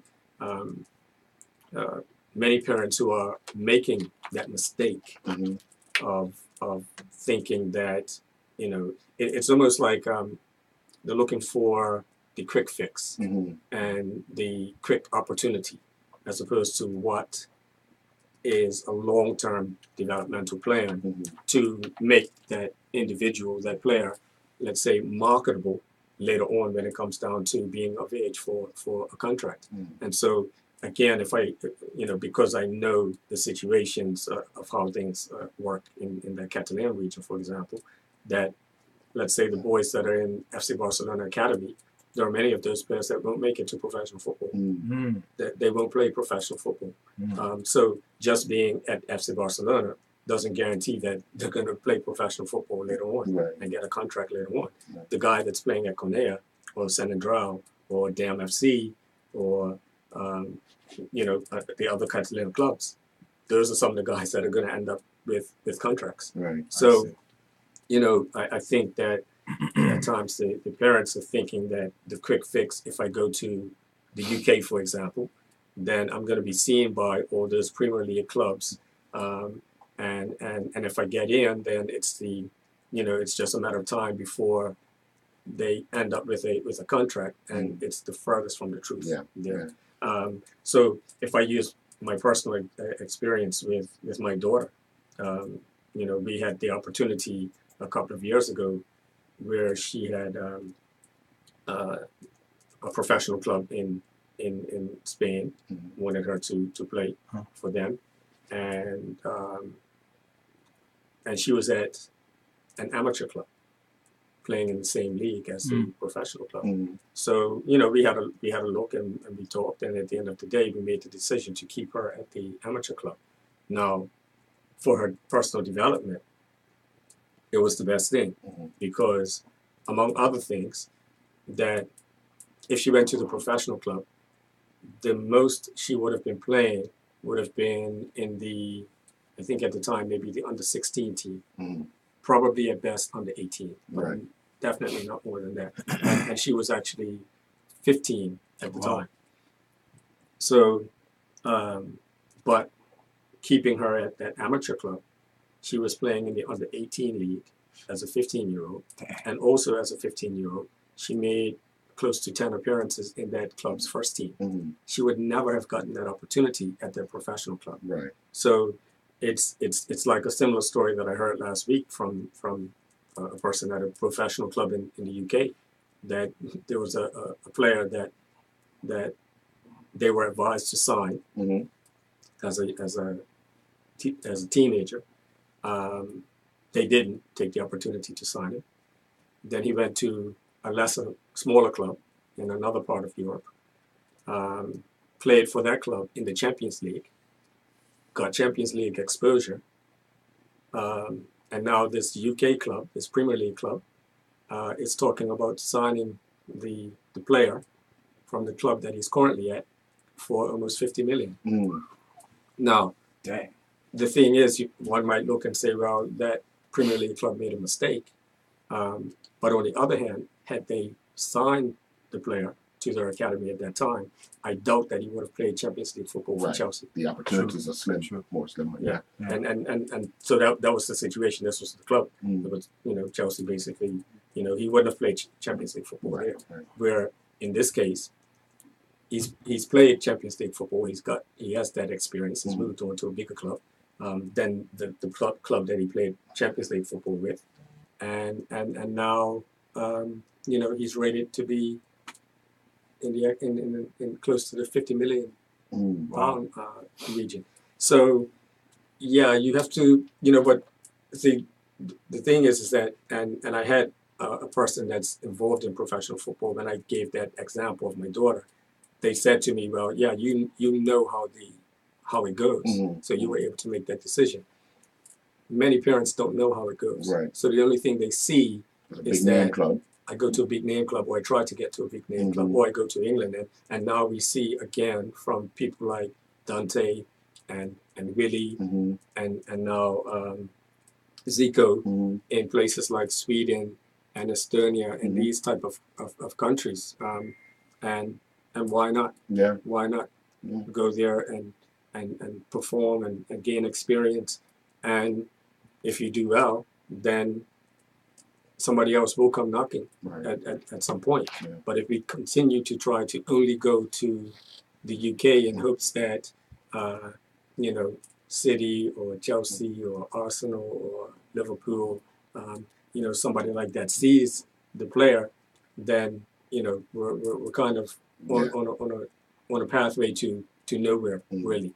And it's even a struggle to get into Championship and League One and League Two, which, again, in my opinion, is not the best for our players, you know, to go for the type of football that it is. So why not go to a place like Sweden, where their outlook on the way they play football is a little bit different, a little bit more suitable for our players. They get experience, and then who knows? You know, at least then, if they end up in England, and they could end up anywhere. You know, it could be Belgium, it could be Holland, it could be Portugal. You know, but if they end up in England, then they're a little bit better, more rounded, and better, and they've been better prepared. You know, so that's the kind of long and short of it. I think that you know, we must pay attention to details.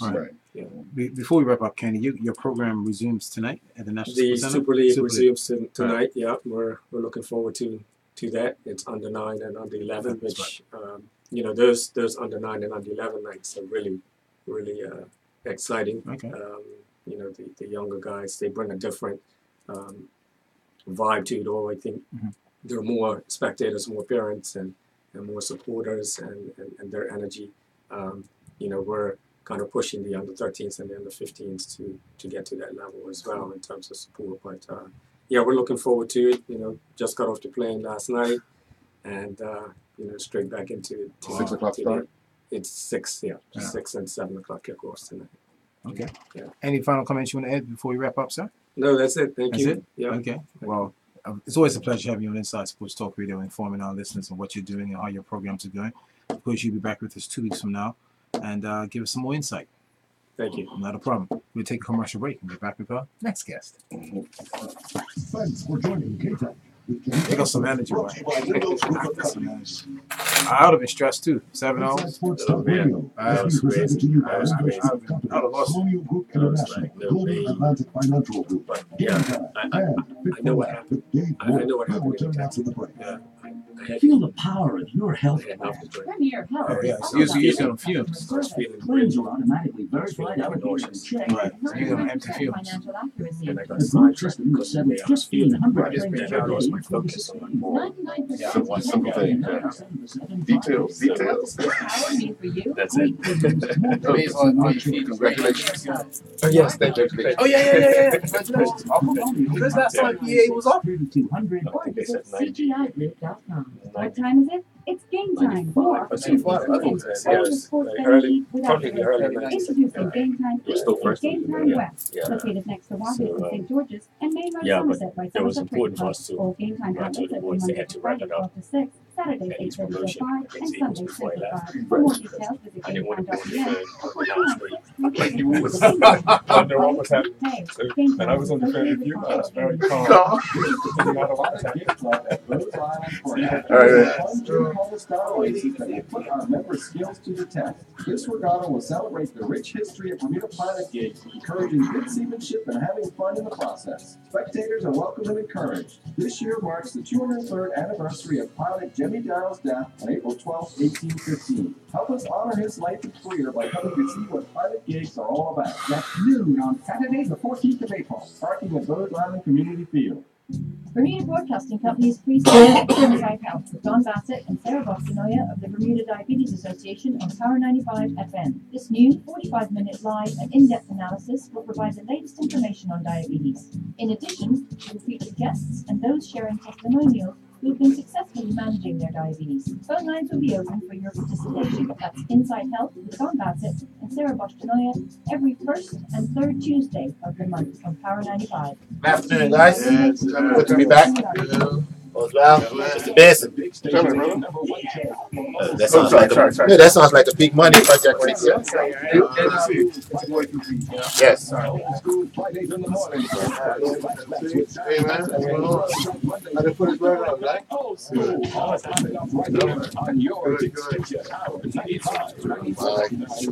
Thank you. You're good? Sorry. That's good. I think it's the last one. No more short. Yeah. And definitely the most music mix in the morning. Right here on the real #1 station. Power 95 FM. Got a news tip? We'd love to hear from you. Call the Zembia News Hotline at 292-4992. That's 292-4992.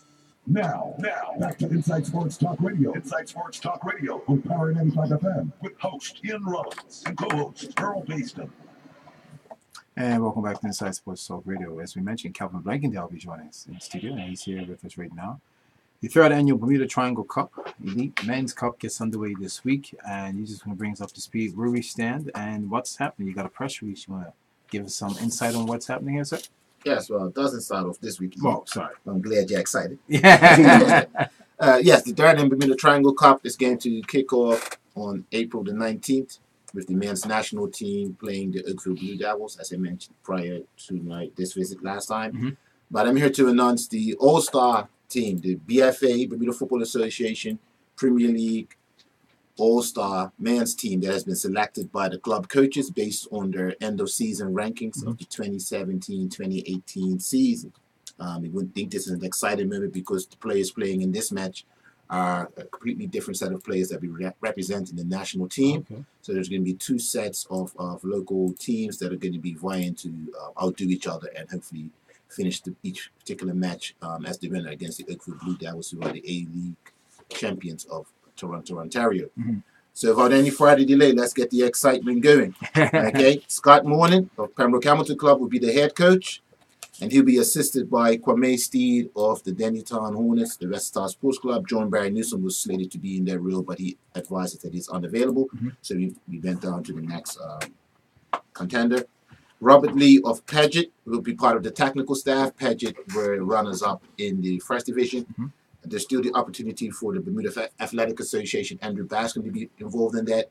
If not Andrew Baskin, we will contact Mr. Joe Mar Wilkinson on that. We're just putting it out to the public as we speak now. Mm-hmm. And the roster for the teams, Pembroke Hamilton Club finished first. They were allocated 5, Robin Hood 4, Dennytown 3, Devonshire Rack, North Village Community Club, Somerset Cricket Club 2, Bermuda Athletic Association 1, and Paget Community Club 1 player. You see that teams finishing 7 down to 10 were not selected, so Boulevard and Crossroads, and then the 2 relegated teams that went back into the first division, which was Flanagan's and Social Club. So if you're trying to make it a high elite event, you had to be very competitive to be selected for this. So the players as follows: PHC fans, come out and support Shaquille Trott, Kadeem Abraham, Markel Waldron, Jaheim Iris, and Idris Sharif. They're representing the Pembroke Hamilton Club, better known as PHC Strike Force Zebras. Come out to the game in your black and white and support these players. Mm-hmm. Runners-up is Robin Hood Football Club, Antoine Russell, Chris Casey, Shakir Smith, and Dale Leave. And they are also in contention for the FA Cup, which was rained out yesterday. So just talking to President Jill Duffy, he'll be looking forward to capturing that, but also supporting those players. Dennytown finishing third, 3 players. Damon Mean, the veteran who is never going to retire. Ernest Trott. My eyes opened up when I saw that name. And Angelo Simmons, or Beachy. So, you know, we've got a nice team there from Dennytown. We know their style of play. North Village Community Club, Pierre Smith, and Dimitri Daniels. They'll be representing the Rams. Devonshire Recreation Club, Keishun Brengman and Juma Machette. Somerset Trojans, or Somerset Cricket Club, be represented by Justin Corday and J.S. Reddery Smith. And As they say, we are Premier League. We are Premier League. BAA is back up in the Premier League. Ian Simmons and Paget Community Club will be represented by Julian Carpenter. So as you see, 20 players selected by their coaching staff having earned the right to be part of the Dart Annual Bermuda Triangle Cup Elite Men's Competition. This match will be on April the 22nd, 3 p.m. at BAA. We want to thank BAA for allowing us to use the facility. We know cricket season's back. The clubs are getting ready for that. But the event opens up on the 19th, April the 19th at the National Sports Center, and head of the technical department, Mr. Maurice Lowe, will announce their team at that particular time. So we'll got one up on them. Our team is ready. They know who they are. They'll start training tomorrow at Bernard Park at the North Village Community Club. They'll be there under Scott Morden, starting from 6 to 7, and we're looking to support the match Robin Hood and Southampton Rangers in the FA Cup, the replay. And then the following training session will be Thursday from 6:30 p.m. to 8 p.m. at Bernard Park as well. So we want to thank the North Village Community Club for making this possible. Everyone's really coming together and collaborating on this event. So the players, you know who you are, the media knows who you are, the public knows who you are. Make sure that you come out and represent your club and then put on a good show and asking all the fans of all those clubs in football, come out and see some of the players that may not be represented in the national team at this moment or may have never played in an international match in Bermuda. That's true. This is their highlight. I mean, look at someone like probably Ian Simmons and Chris Carpenter. I mean, Julian Carpenter, they don't ring out to me, but they're players that have been put forward by their clubs. And even Idris Sharif, who's been in and out through injury, he's getting a big showcase right now. Jaheim Iris. There's some players there that's like, okay, we haven't seen you for a while on the international stage or for the first time. So I know they're pretty nervous to play against the semi-pro team of the Oakville Blue Devils. What was the response like when the players found out that they were selected for this All-Star? I have a funny story. I'm not going to mention it, but there's a club that said, I think we made a mistake. We may have 3 players. I said, well, you can only put forward 2. So you have to sort it out because I'm getting on here in 5 minutes. So there's some name changes just because, the players are vying or someone's unavailable. But I think the players are excited and, these opportunities don't come forward too often because international matches mean the national team or CONCACAF, you have to win something. But hopefully we can make this an annual event. I think if we can do it, and I mean we, Bermuda, this adds something to our domestic league because when you're playing, you're not just playing to win. You're not just playing for the Dudley Eve. You're not just playing for promotion relegation. You're also playing to see if you can be part of a high-level event at the end of the season. So if Bermuda makes it happen, and the only thing we need, get the supporters into the seats, we'll definitely do it again next year. And actually, we're talking to 1 or 2 other clubs that it could be, a triangular tournament. It could also be 3 teams. It could be 4 teams. But everyone's looking now, not only for the results. People are looking for the ambiance. This team, they're actually coming with, I have Mr. Reese Tanker there. They're coming with their own videographer. They're looking to do their own press releases while they're on the island. They've done a press release already that I'll send to you guys. So this is already over in Toronto and Oakville. They have announced that they're coming. And so Bermuda's going to be put on the map. So they want to see full stadiums or as many people as possible. And that allows us and them to go back and advocate for other teams to come here. Because it's not about money. It's all about networks and friendship and people feeling comfortable and getting some good matches in. Sure. Okay, question? My one question, I'm looking down the list, where are we going to defend? That's something I looked at today. So there is something that Scott Morning will have to figure out. There'll be some players that will be playing out of position. That's right. Yeah. That's what it is. It's an all-star match. The coaches selected the best players, not based on positional play, and they will figure it out. Some players, I've seen her. Chris Smith probably doesn't enjoy it, but he's been a left back. Oh, yeah. Justin Corday could play anywhere. So I see it happening. But I'm not the coach. I'm not the coach. But obviously, excitement's brewing for these matches. Yes. There's a lot of talk. Again, ticket sales are slow, but people always wait to the day because, you can get them at the gate. But, the incentive is you can get 2 tickets for 30 as an adult, or you can pay $50. $25 per game. Or for kids, you can pay $20, so you can get 2 for $15. So I did the math. A family of 4, you're going to pay $160 if you come to both games at the gate, or you can pay $95 and get all the tickets in advance. It's up to you. But it's a big savings, right? Yeah. That's $65 savings. Yeah. So it's up to them to do because the prices are what they are. The earlier we know who's coming, we know the manpower we need. If not, we have to go for maximum manpower. and that will mean that it's more at the day on the day. Credit must be given to you, Cal, and your organization for putting on an event like this, because you mentioned in the previous interview and again today that we only take our youth and national programs and we use that to showcase our players. But to bring in an all-star like this, event like this, it gives an opportunity for players who can't make the national team, but then can be looked at and say, you know what, he has potential. And this is a great opportunity what you're doing here. Yes, in Bermuda, we always feel that there's some favoritism or some bias, right? And it doesn't matter if it's true or not. Perception is reality. So now those players that have been selected by their coaches, now Cal blanking out the BFA, you have an opportunity to put yourself back into the limelight. You have an opportunity to be seen. Your family can see you on the biggest stage. And it's up to you to be part of a even larger program, which is the Bermuda national team. It's still room. There's a lot of games coming up. We know that locally we're amateurs. People have to work. People get, knock on wood, injured. Family life. So there's always going to be 2 or 3 players that cannot play every game. Now this group of players, they have the opportunity to be involved. Plus the overseas players. So there are a lot of players that we need for a small island to be competitive in every match. We can't just focus on 20 players. No. Would this be an opportunity where also not just play this tournament here in Bermuda, but would you be going overseas? Oh yeah, I mean it's funny. Dennis Brown and I were on a group chat, and we were talking about that already. And also the Oakfield Blue Devils. If we put on a good show, and I mean people in the seats make a nice atmosphere, they really want to host a national team. My goal, and this is me personally, I'm not speaking for Dennis, I would want to take the all-star team over there as well. So then we have 2 teams over there. That would be my goal. My goal would not just be the national team, but if we can take the all-star team as well and take them overseas to that location and have 2 Bermudian teams playing them and someone else, we're showcasing Bermuda. We're giving these guys opportunities to be seen. They're now appreciating being part of the league.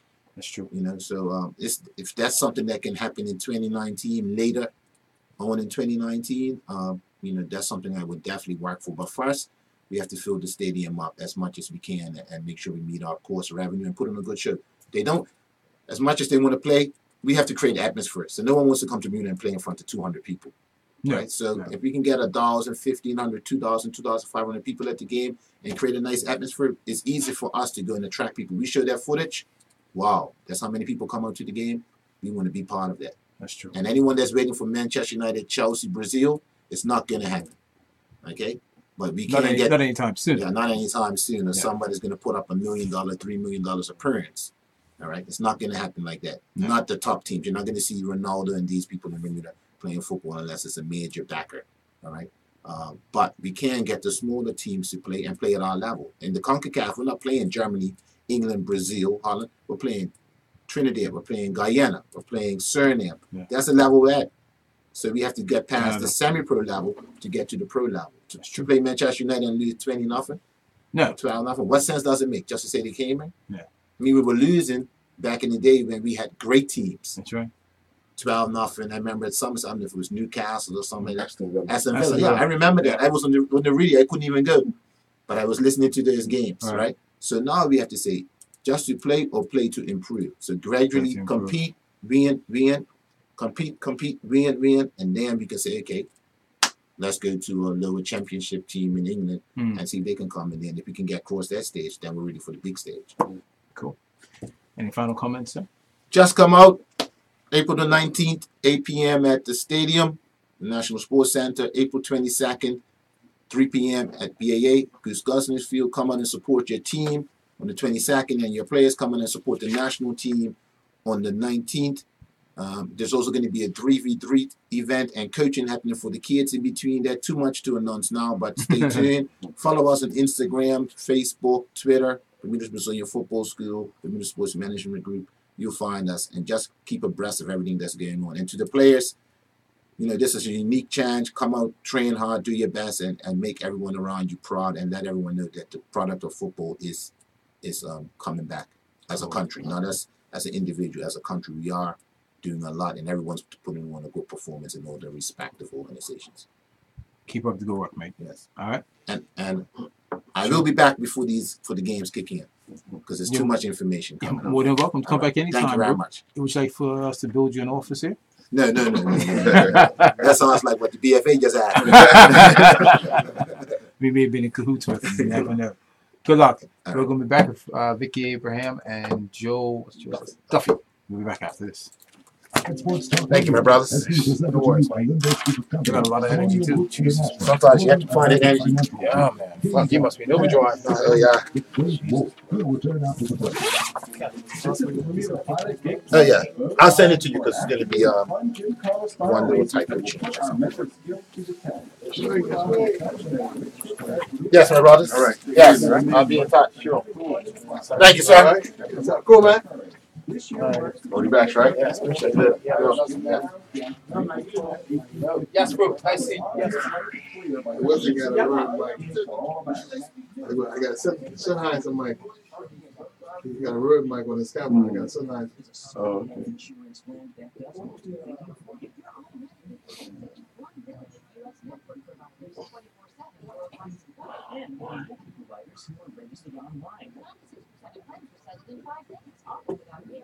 It's just up every week. She's looking at it. Oh, HBO coming in. She's looking at you death, man.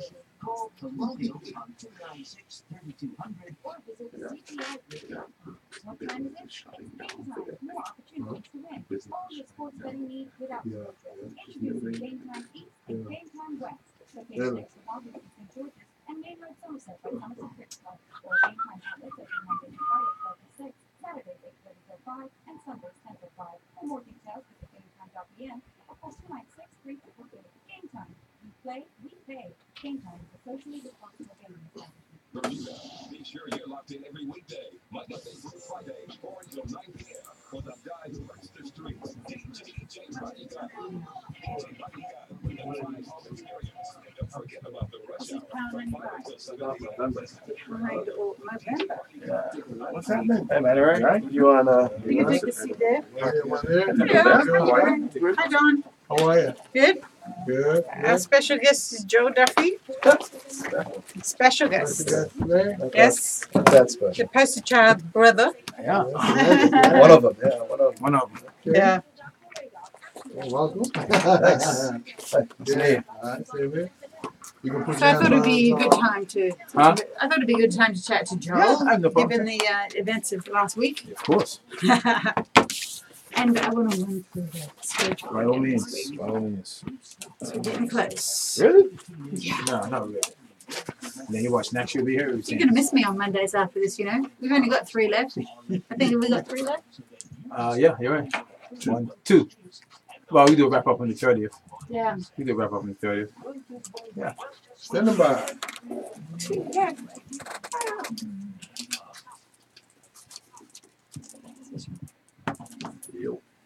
You're in the helicopter. So good. You're the pilot of the chopper. Okay. And welcome back to Inside Sports Talk Radio. Forgive me. Vicky Abraham is joining us in studio for special guest. I wonder who that could be, Vicky. Shall I introduce him? By all means. I can do it, but I'll give it to Pleasure. It's my pleasure to introduce Joel Duffy.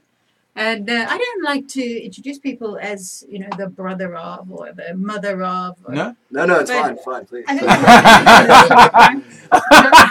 think Please do. Yeah, I don't blame you. Joel So Duffy. he's the brother of or sister of. Bermuda's Commonwealth Games gold medalist. And that is. I'm not even going to say that. I'll do it. Flora Duffy's brother. Yeah, there you go. One of them, at least. Yeah. Congratulations to all of you. You must be a proud brother right about now. Yeah, very much so. Yeah. Did you ever envision something like this happening with Flora as she was making her way into the sport? Well, I mean, growing up, she was always very good in Bermuda, and then she came second in the under-19 World Championships. So I guess from there you kind of just hope you extrapolate it on.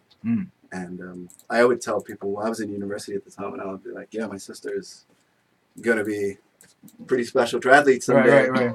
And then, you know, things don't always kind of go in that straight line, and she went through some difficulties. And even 4 years ago at the Commonwealth Games, she came, I think it was 8th. And you could have never envisioned what was to happen. Right. You know, from over the next 4 years. And, you know, a lot of credit goes to Flora, but also, you know, Dan, Flora's husband. He's been a great resource and great source of happiness for Flora in her life, and continued support from my parents. You know, they have done and continue to do a lot for us. So Right.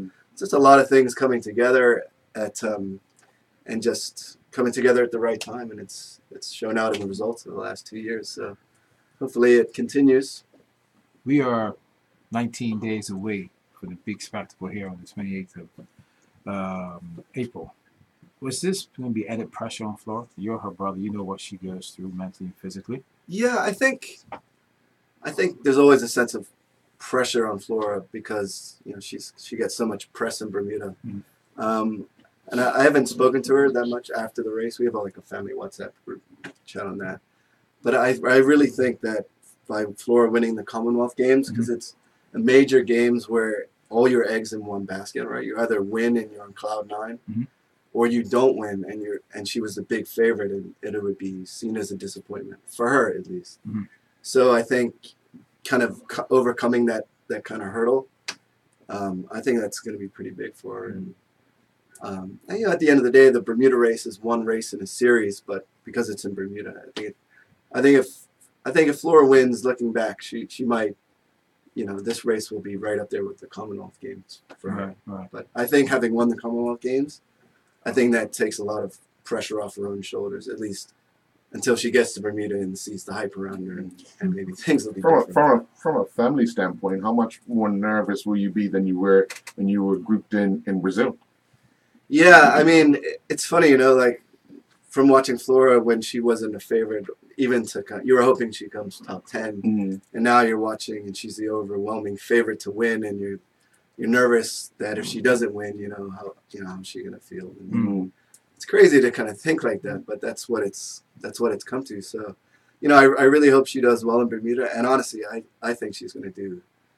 I mean, you guys saw the race in the Commonwealth Games over the last 2 years. 90% of her races have gone like that, right? The way she races, she's a great swimmer, super aggressive on the bike, and one of the best runners. So when it comes together like that, she normally wins by like a minute against the world's best. And unless you've actually seen that, whether it be on a computer or live in person, it's really something special to see. Right. And I think with the Bermudian in Bermuda, if the race goes to plan like it did in the Commonwealth Games, I think it's going to be. I don't think people realize quite how special it is to kind of see that. Right. Yeah. And I think Bermuda's a great place for that to happen. What's interesting is that in all years of covering sports, we always want to hold an international event here.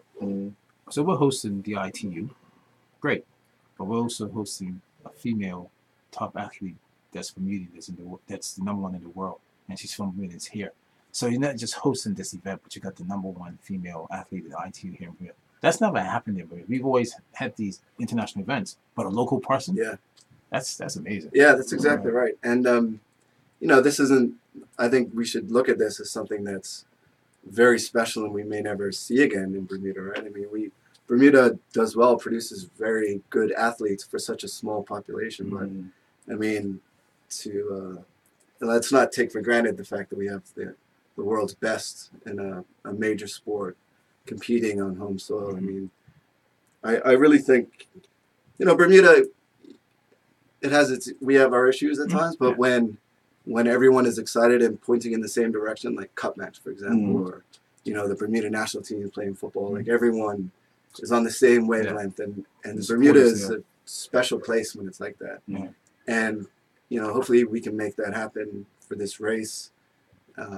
Flora feels that, and the world will see that because it's going to be broadcast all over the place. It's a beautiful island, and Bermuda should be a place where these type of events can happen, not just triathlon, but all sorts of stuff. We're great geographically positioned, beautiful island, shows really well. We have hotels and places for people to stay. Yeah, I'm very optimistic. I'm optimistic. Are you part of that team event, Team Duffy? Yes. I'm spearheading the team. Yeah. I'm getting us off to the slow start. In the water.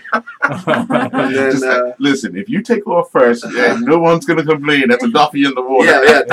Don't expect it to look like Flora in the water. It'll be more like a thrashing about dying seal or something. You're not going to be the only one doing that. Yeah. No, yeah. So I'm doing the swim. My dad's doing the bike, and my brother's doing the run. My mom's doing the individual sprint race by herself. Yeah. Oh, okay. All right. Yeah. So hopefully Flora can match our accomplishments in the amateur races. How much work have you seen your sister put in, especially on the swim? Because when she started, she was wasn't at the top of her swim, and you've seen that over the last few years really blossom, because that's what put her in the position. Yeah. Because she's coming out of the water top 3 all the time. Yeah. Yeah. I mean, so Flora initially, when she started, was first like an athlete. I'm talking like when she was like 6, 7, 8 years old. Running was always her strongest. Yeah. She was a fantastic runner. And then swimming at some point became her fastest. She was in Shark Swim Club. Right. And it was really kind of those two. And then somewhere along the line, I don't even know where, biking became her strongest. Yes. Partly because of the mountain biking, I think, in Colorado. And yeah, man, it's just like, it's all kind of come together for her. Like a lot of the personal side, the off the race side, and on the race side, it's come together at the perfect time. And it's like a perfect storm, and it's great. Now, you obviously, your family lived the life of seeing a top athlete in your household. How much different is it now? Because when she comes home, are you still the Duffy family, or are things a little different? Yeah, I mean, whenever Flora's back, we always have like a family dinner, and you know, my brother rip into her. So, you know, sarcastically. Yes. Well, we heard a bit about that when Work Academy named the pool after. She got you back because she had the podium. How could they make her a prefect like that? That's like the one thing we had over. Yeah. I have to figure something else out. She came second once last year. I mean, that's give that to her. Yeah. But yeah, no, I mean, it's great having her back because, you know, my brother lives on the island, my mom and dad as well. We see each other a lot. When Flora's there, it's, you know, it's kind of, it's not, that's exactly what it is. Yeah. But, I mean, yeah, Flora growing up, my parents have taken up triathlon. Yeah, and you can see how big this sport's grown in Bermuda. Not just due to Flora, but Tyler Butterfield as well. And there's a lot of people behind the scenes who have helped create this triathlon culture in Bermuda that probably don't get as much of a shout out as they probably should. But it's great. Well, Vicky, we're counting down. We're counting down. This is the second last time we're going to be talking to you before the event. Wow. Are you ready? Are you guys ready? Have you been training? Sorry? Yeah, I've been training. Move on. I heard Joel say what he was doing. There's 3 hosts right here. You heard doing Joel the swim bike run. In my mind, I've done it all. If Joel can do it, you can do it. Oh. Well, the event's here next year too, so it gives me another year to do. That's right. Ian's working towards next year. And you heard him say he. I say put things into You didn't say he, perspective. he said he. I didn't say I was doing that. I said put things into perspective. Oh. Okay. Hear me out. Ian likes goals, so we'll stick to we'll hold him to his goals for next year. So yes, it is only a couple of weeks away, and it's a good time to remind people that race day is April 28th, and that's what we were talking about and looking towards and gearing up to. But it's also a whole festivity, a whole weekend festival for triathlon events, and it all starts on the Thursday night on Front Street. So we haven't really talked a whole lot about that. Right. It's the grand opening, and there'll be some, formal speeches, very short formal speeches, I might add, by dignitaries to open the Triathlon Festival on Thursday night at Harbour Night. So it's also the first Harbour Nights of the season. So they moved Harbour Nights to Thursday night? They did, just for that week, yes. Okay. And it also happens to be the 25th anniversary of Harbour Nights. Oh, okay. So they're celebrating too. It's a double celebration. So we're really looking forward to everyone coming out. And even if you don't normally hit up Harbour Nights, then this would be a good week to do it. Right. Right, on Thursday, the 26th of April. And it's going to be a pasta party, so a lot of the normal food vendors will be there, but they're going to add to their menus so that there's pasta selections for the athletes. Now, we have hundreds of age group or amateur athletes coming in for this event. And the registration officially closed on Saturday. But we are extending it by popular demand only until midnight Sunday. So for anyone who was thinking about it and didn't quite make the deadline, now's your last chance. Till midnight on Sunday to register for the race.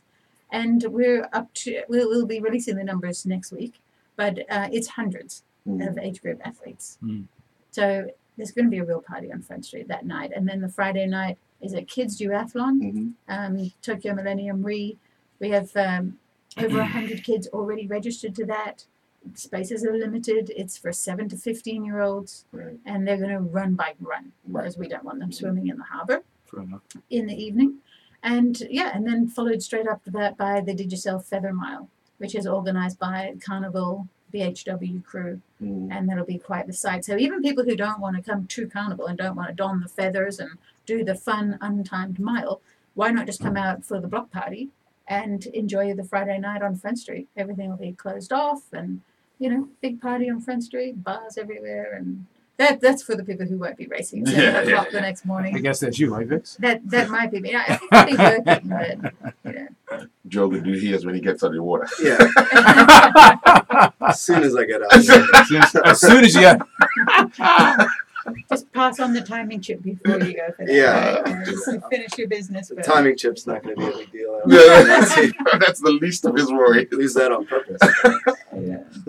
Well, obviously, before you go, Joe, tomorrow night, president of Robin Hood Football Club, you got a Major Cup final. Unfortunately, we were all Ducks yesterday. Oh, super downpour, wasn't it? Gosh. Are you looking forward to that? Yeah, for sure. I mean, it was a good game before it stopped. It was pretty back and forth. And, obviously, I hope Robin Hood win. Right. But it was great. Yeah, it was a good crowd. Rangers brought a lot of people. We brought a lot of people, and I hope the weather holds up. And it's a good game. Sure. Yeah. Sure. Cool. Any final comments you guys like to hear before we wrap up? Just really, if you haven't already asked for the day off on April 28th, do so. That's the message to your listeners, right? We want to see everyone coming out and lining the streets. And bring your tent, your fold-up chairs, and your esky, or what do you call it? A cooler. Cooler. I know, that was an Australianism slipped in. Esky. I've been watching too many Commonwealth games, and I slip back into my old vernacular. Okay. Yeah. So bring a cooler and your drinks and your, picnic, and make a day of it. What happens if Mitch Meany never should do it? Flora wins, right? Wins the ITV. Just wins this year. Yeah. Just won the Commonwealth, and then she wins the series this year. What will Bermuda do, you think? Be a tall order to ask. I mean, you gotta think about what we gotta start thinking about things because she's on the road. You're talking about like a public holiday. Exactly. I like that. I'm being serious. Yeah. The stamps. Yeah. I'm thinking, look at what she's accomplished, right? She's putting Bermuda on the map. But what she's doing, that's kind of interesting, huh? Public holiday, stamps. We can call it Duffy Day. Not Florida Duffy Day. It's Duffy Day. I knew where you're going. That's why I saw that. It's got a good ring to it. Yeah, but I'm serious. I mean, this is incredible. You never thought of something like this, right? We had Gina Swankson back in, I think it was 1978 or 79, when she was Miss World. All right, they made stamps. Flora's on that stage. Man. We got to really start thinking about this. So I'm putting it out there to all the comedians and the government. Yeah. Gotta start really thinking about this. This is some serious stuff. Do you have some connections in the ministries? Hey, I just deliver. I just deliver information. I just deliver the information, but it's serious. It's really, really serious, So I'm putting it out there. Okay. All right, Duffy, you like that? Yeah. Let's call it Duffy Day. It's great. Duffy stamps. All right. Thanks for joining us, and you're more than welcome to come back anytime. Great. All right, All right. not a problem. We'll take a commercial break. We'll be back after this. I just was thinking about it just now. It's like, wow, this is huge. It's kind of bigger than you can get your head around, right? Yeah. I need some of these. You do? Yeah? Yeah, no, I'm serious. I wish you told me. I would have bought Well, I didn't know them. you were bringing them. Oh, how many do you need? Give me a handful. And I'll start putting them out to the gyms and stuff like that. And then Fantastic. I need to go talk to Patrick because I think we can do something there on the 26th, like live on TV. Yeah? Yeah. Just give me this stuff. No, I'm serious. Go live on TV. Like obviously him and you. Will Flo be available on the 26th? Do a live interview? I can ask her. I don't know if she's she's sponsorship stuff in the race. I don't know. It might be. Right. But I mean, we can do live from down Front Street. That's the point. That's where I want to go. All right. So, yeah. Can I hold on to this right now? And then you can bring me some more tomorrow? Yeah. Yeah? And then let me make this happen for you on the 26th. All right? Cool. I'll let you guys out. Cool. Thanks. Thanks, Al. Have a good one. Supposed to rain tomorrow game. I know, I saw that. I'll see you there Tuesday. All right, okay, take it easy. Oh, man. Yeah, I'll see you. all right. Nice to meet you. Introducing Game Time East and Game Time West. Location next to Walgreens in St. George's. Another gas or that's it? No, that's it. All Game Time outlets open Monday to Friday 12 to 6, Saturdays 8:30 till 5, and Sundays 10 till 5. For more details, visit GameTime.em or call 296-3222. Game Time. You play, we pay. Game Time is a socially responsible gaming establishment. Hi, I'm Bruce Barrett, Bruce the Beverage Man. Be sure to tune in at 8:20 every Wednesday morning right here on Power 95 for Welch's Wednesday. I'll let you know where I am so that you can stop by and get a free Welch's tea. It's Welch's Wednesday.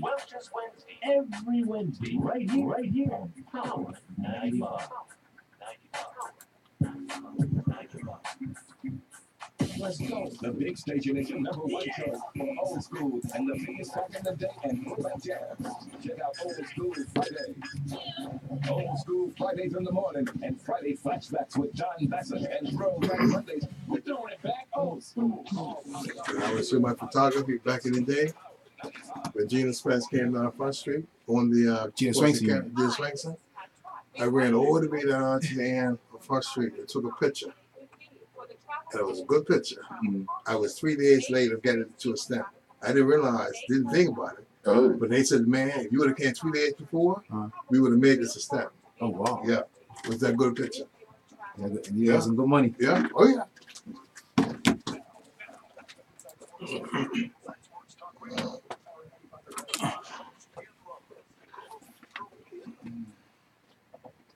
And welcome back. Wow, time flies. It's 2 hours and 17 minutes we've been on today of Inside Sports Talk Radio. Just want to thank our guests for joining us today. It's been a very enthusiastic lineup of guests we've had, and of course, sports that's what brings the best out of us. Is that we bring the best out in sports. It helps us go from point A to point B, the thick and thin. Yep. And as we say, we count down to Philadelphia Day on the ITU, 19 days away from it, and we wish her and her team and all the organizers of the ITU all the best on the 28th. That's going to be a spectacular event on that Saturday. Should be. Yeah. Looking forward to it. Bermuda is definitely growing in the sports industry and internationally. And hopefully we can just grow in leaps and bounds in that and obviously be rewarded financially for people coming to the island and spending and staying and spending and staying time here, as well as locals coming on board and understanding sports and being a part of it. That'd be great. Yeah. Thank you very much, Mr. B. No problem. And thank you very much, Mr. B over there. Thank you, sir. As always, it's been a pleasure. All right. Enjoy the rest of the day. And then congratulations to Wild Child winning the trivia question. Again. Google me. Google me, yeah. Wild Child, Google me. That's right. Wild Google me child or something like that. We'll be back next week with another trivia question. Enjoy the rest of your day.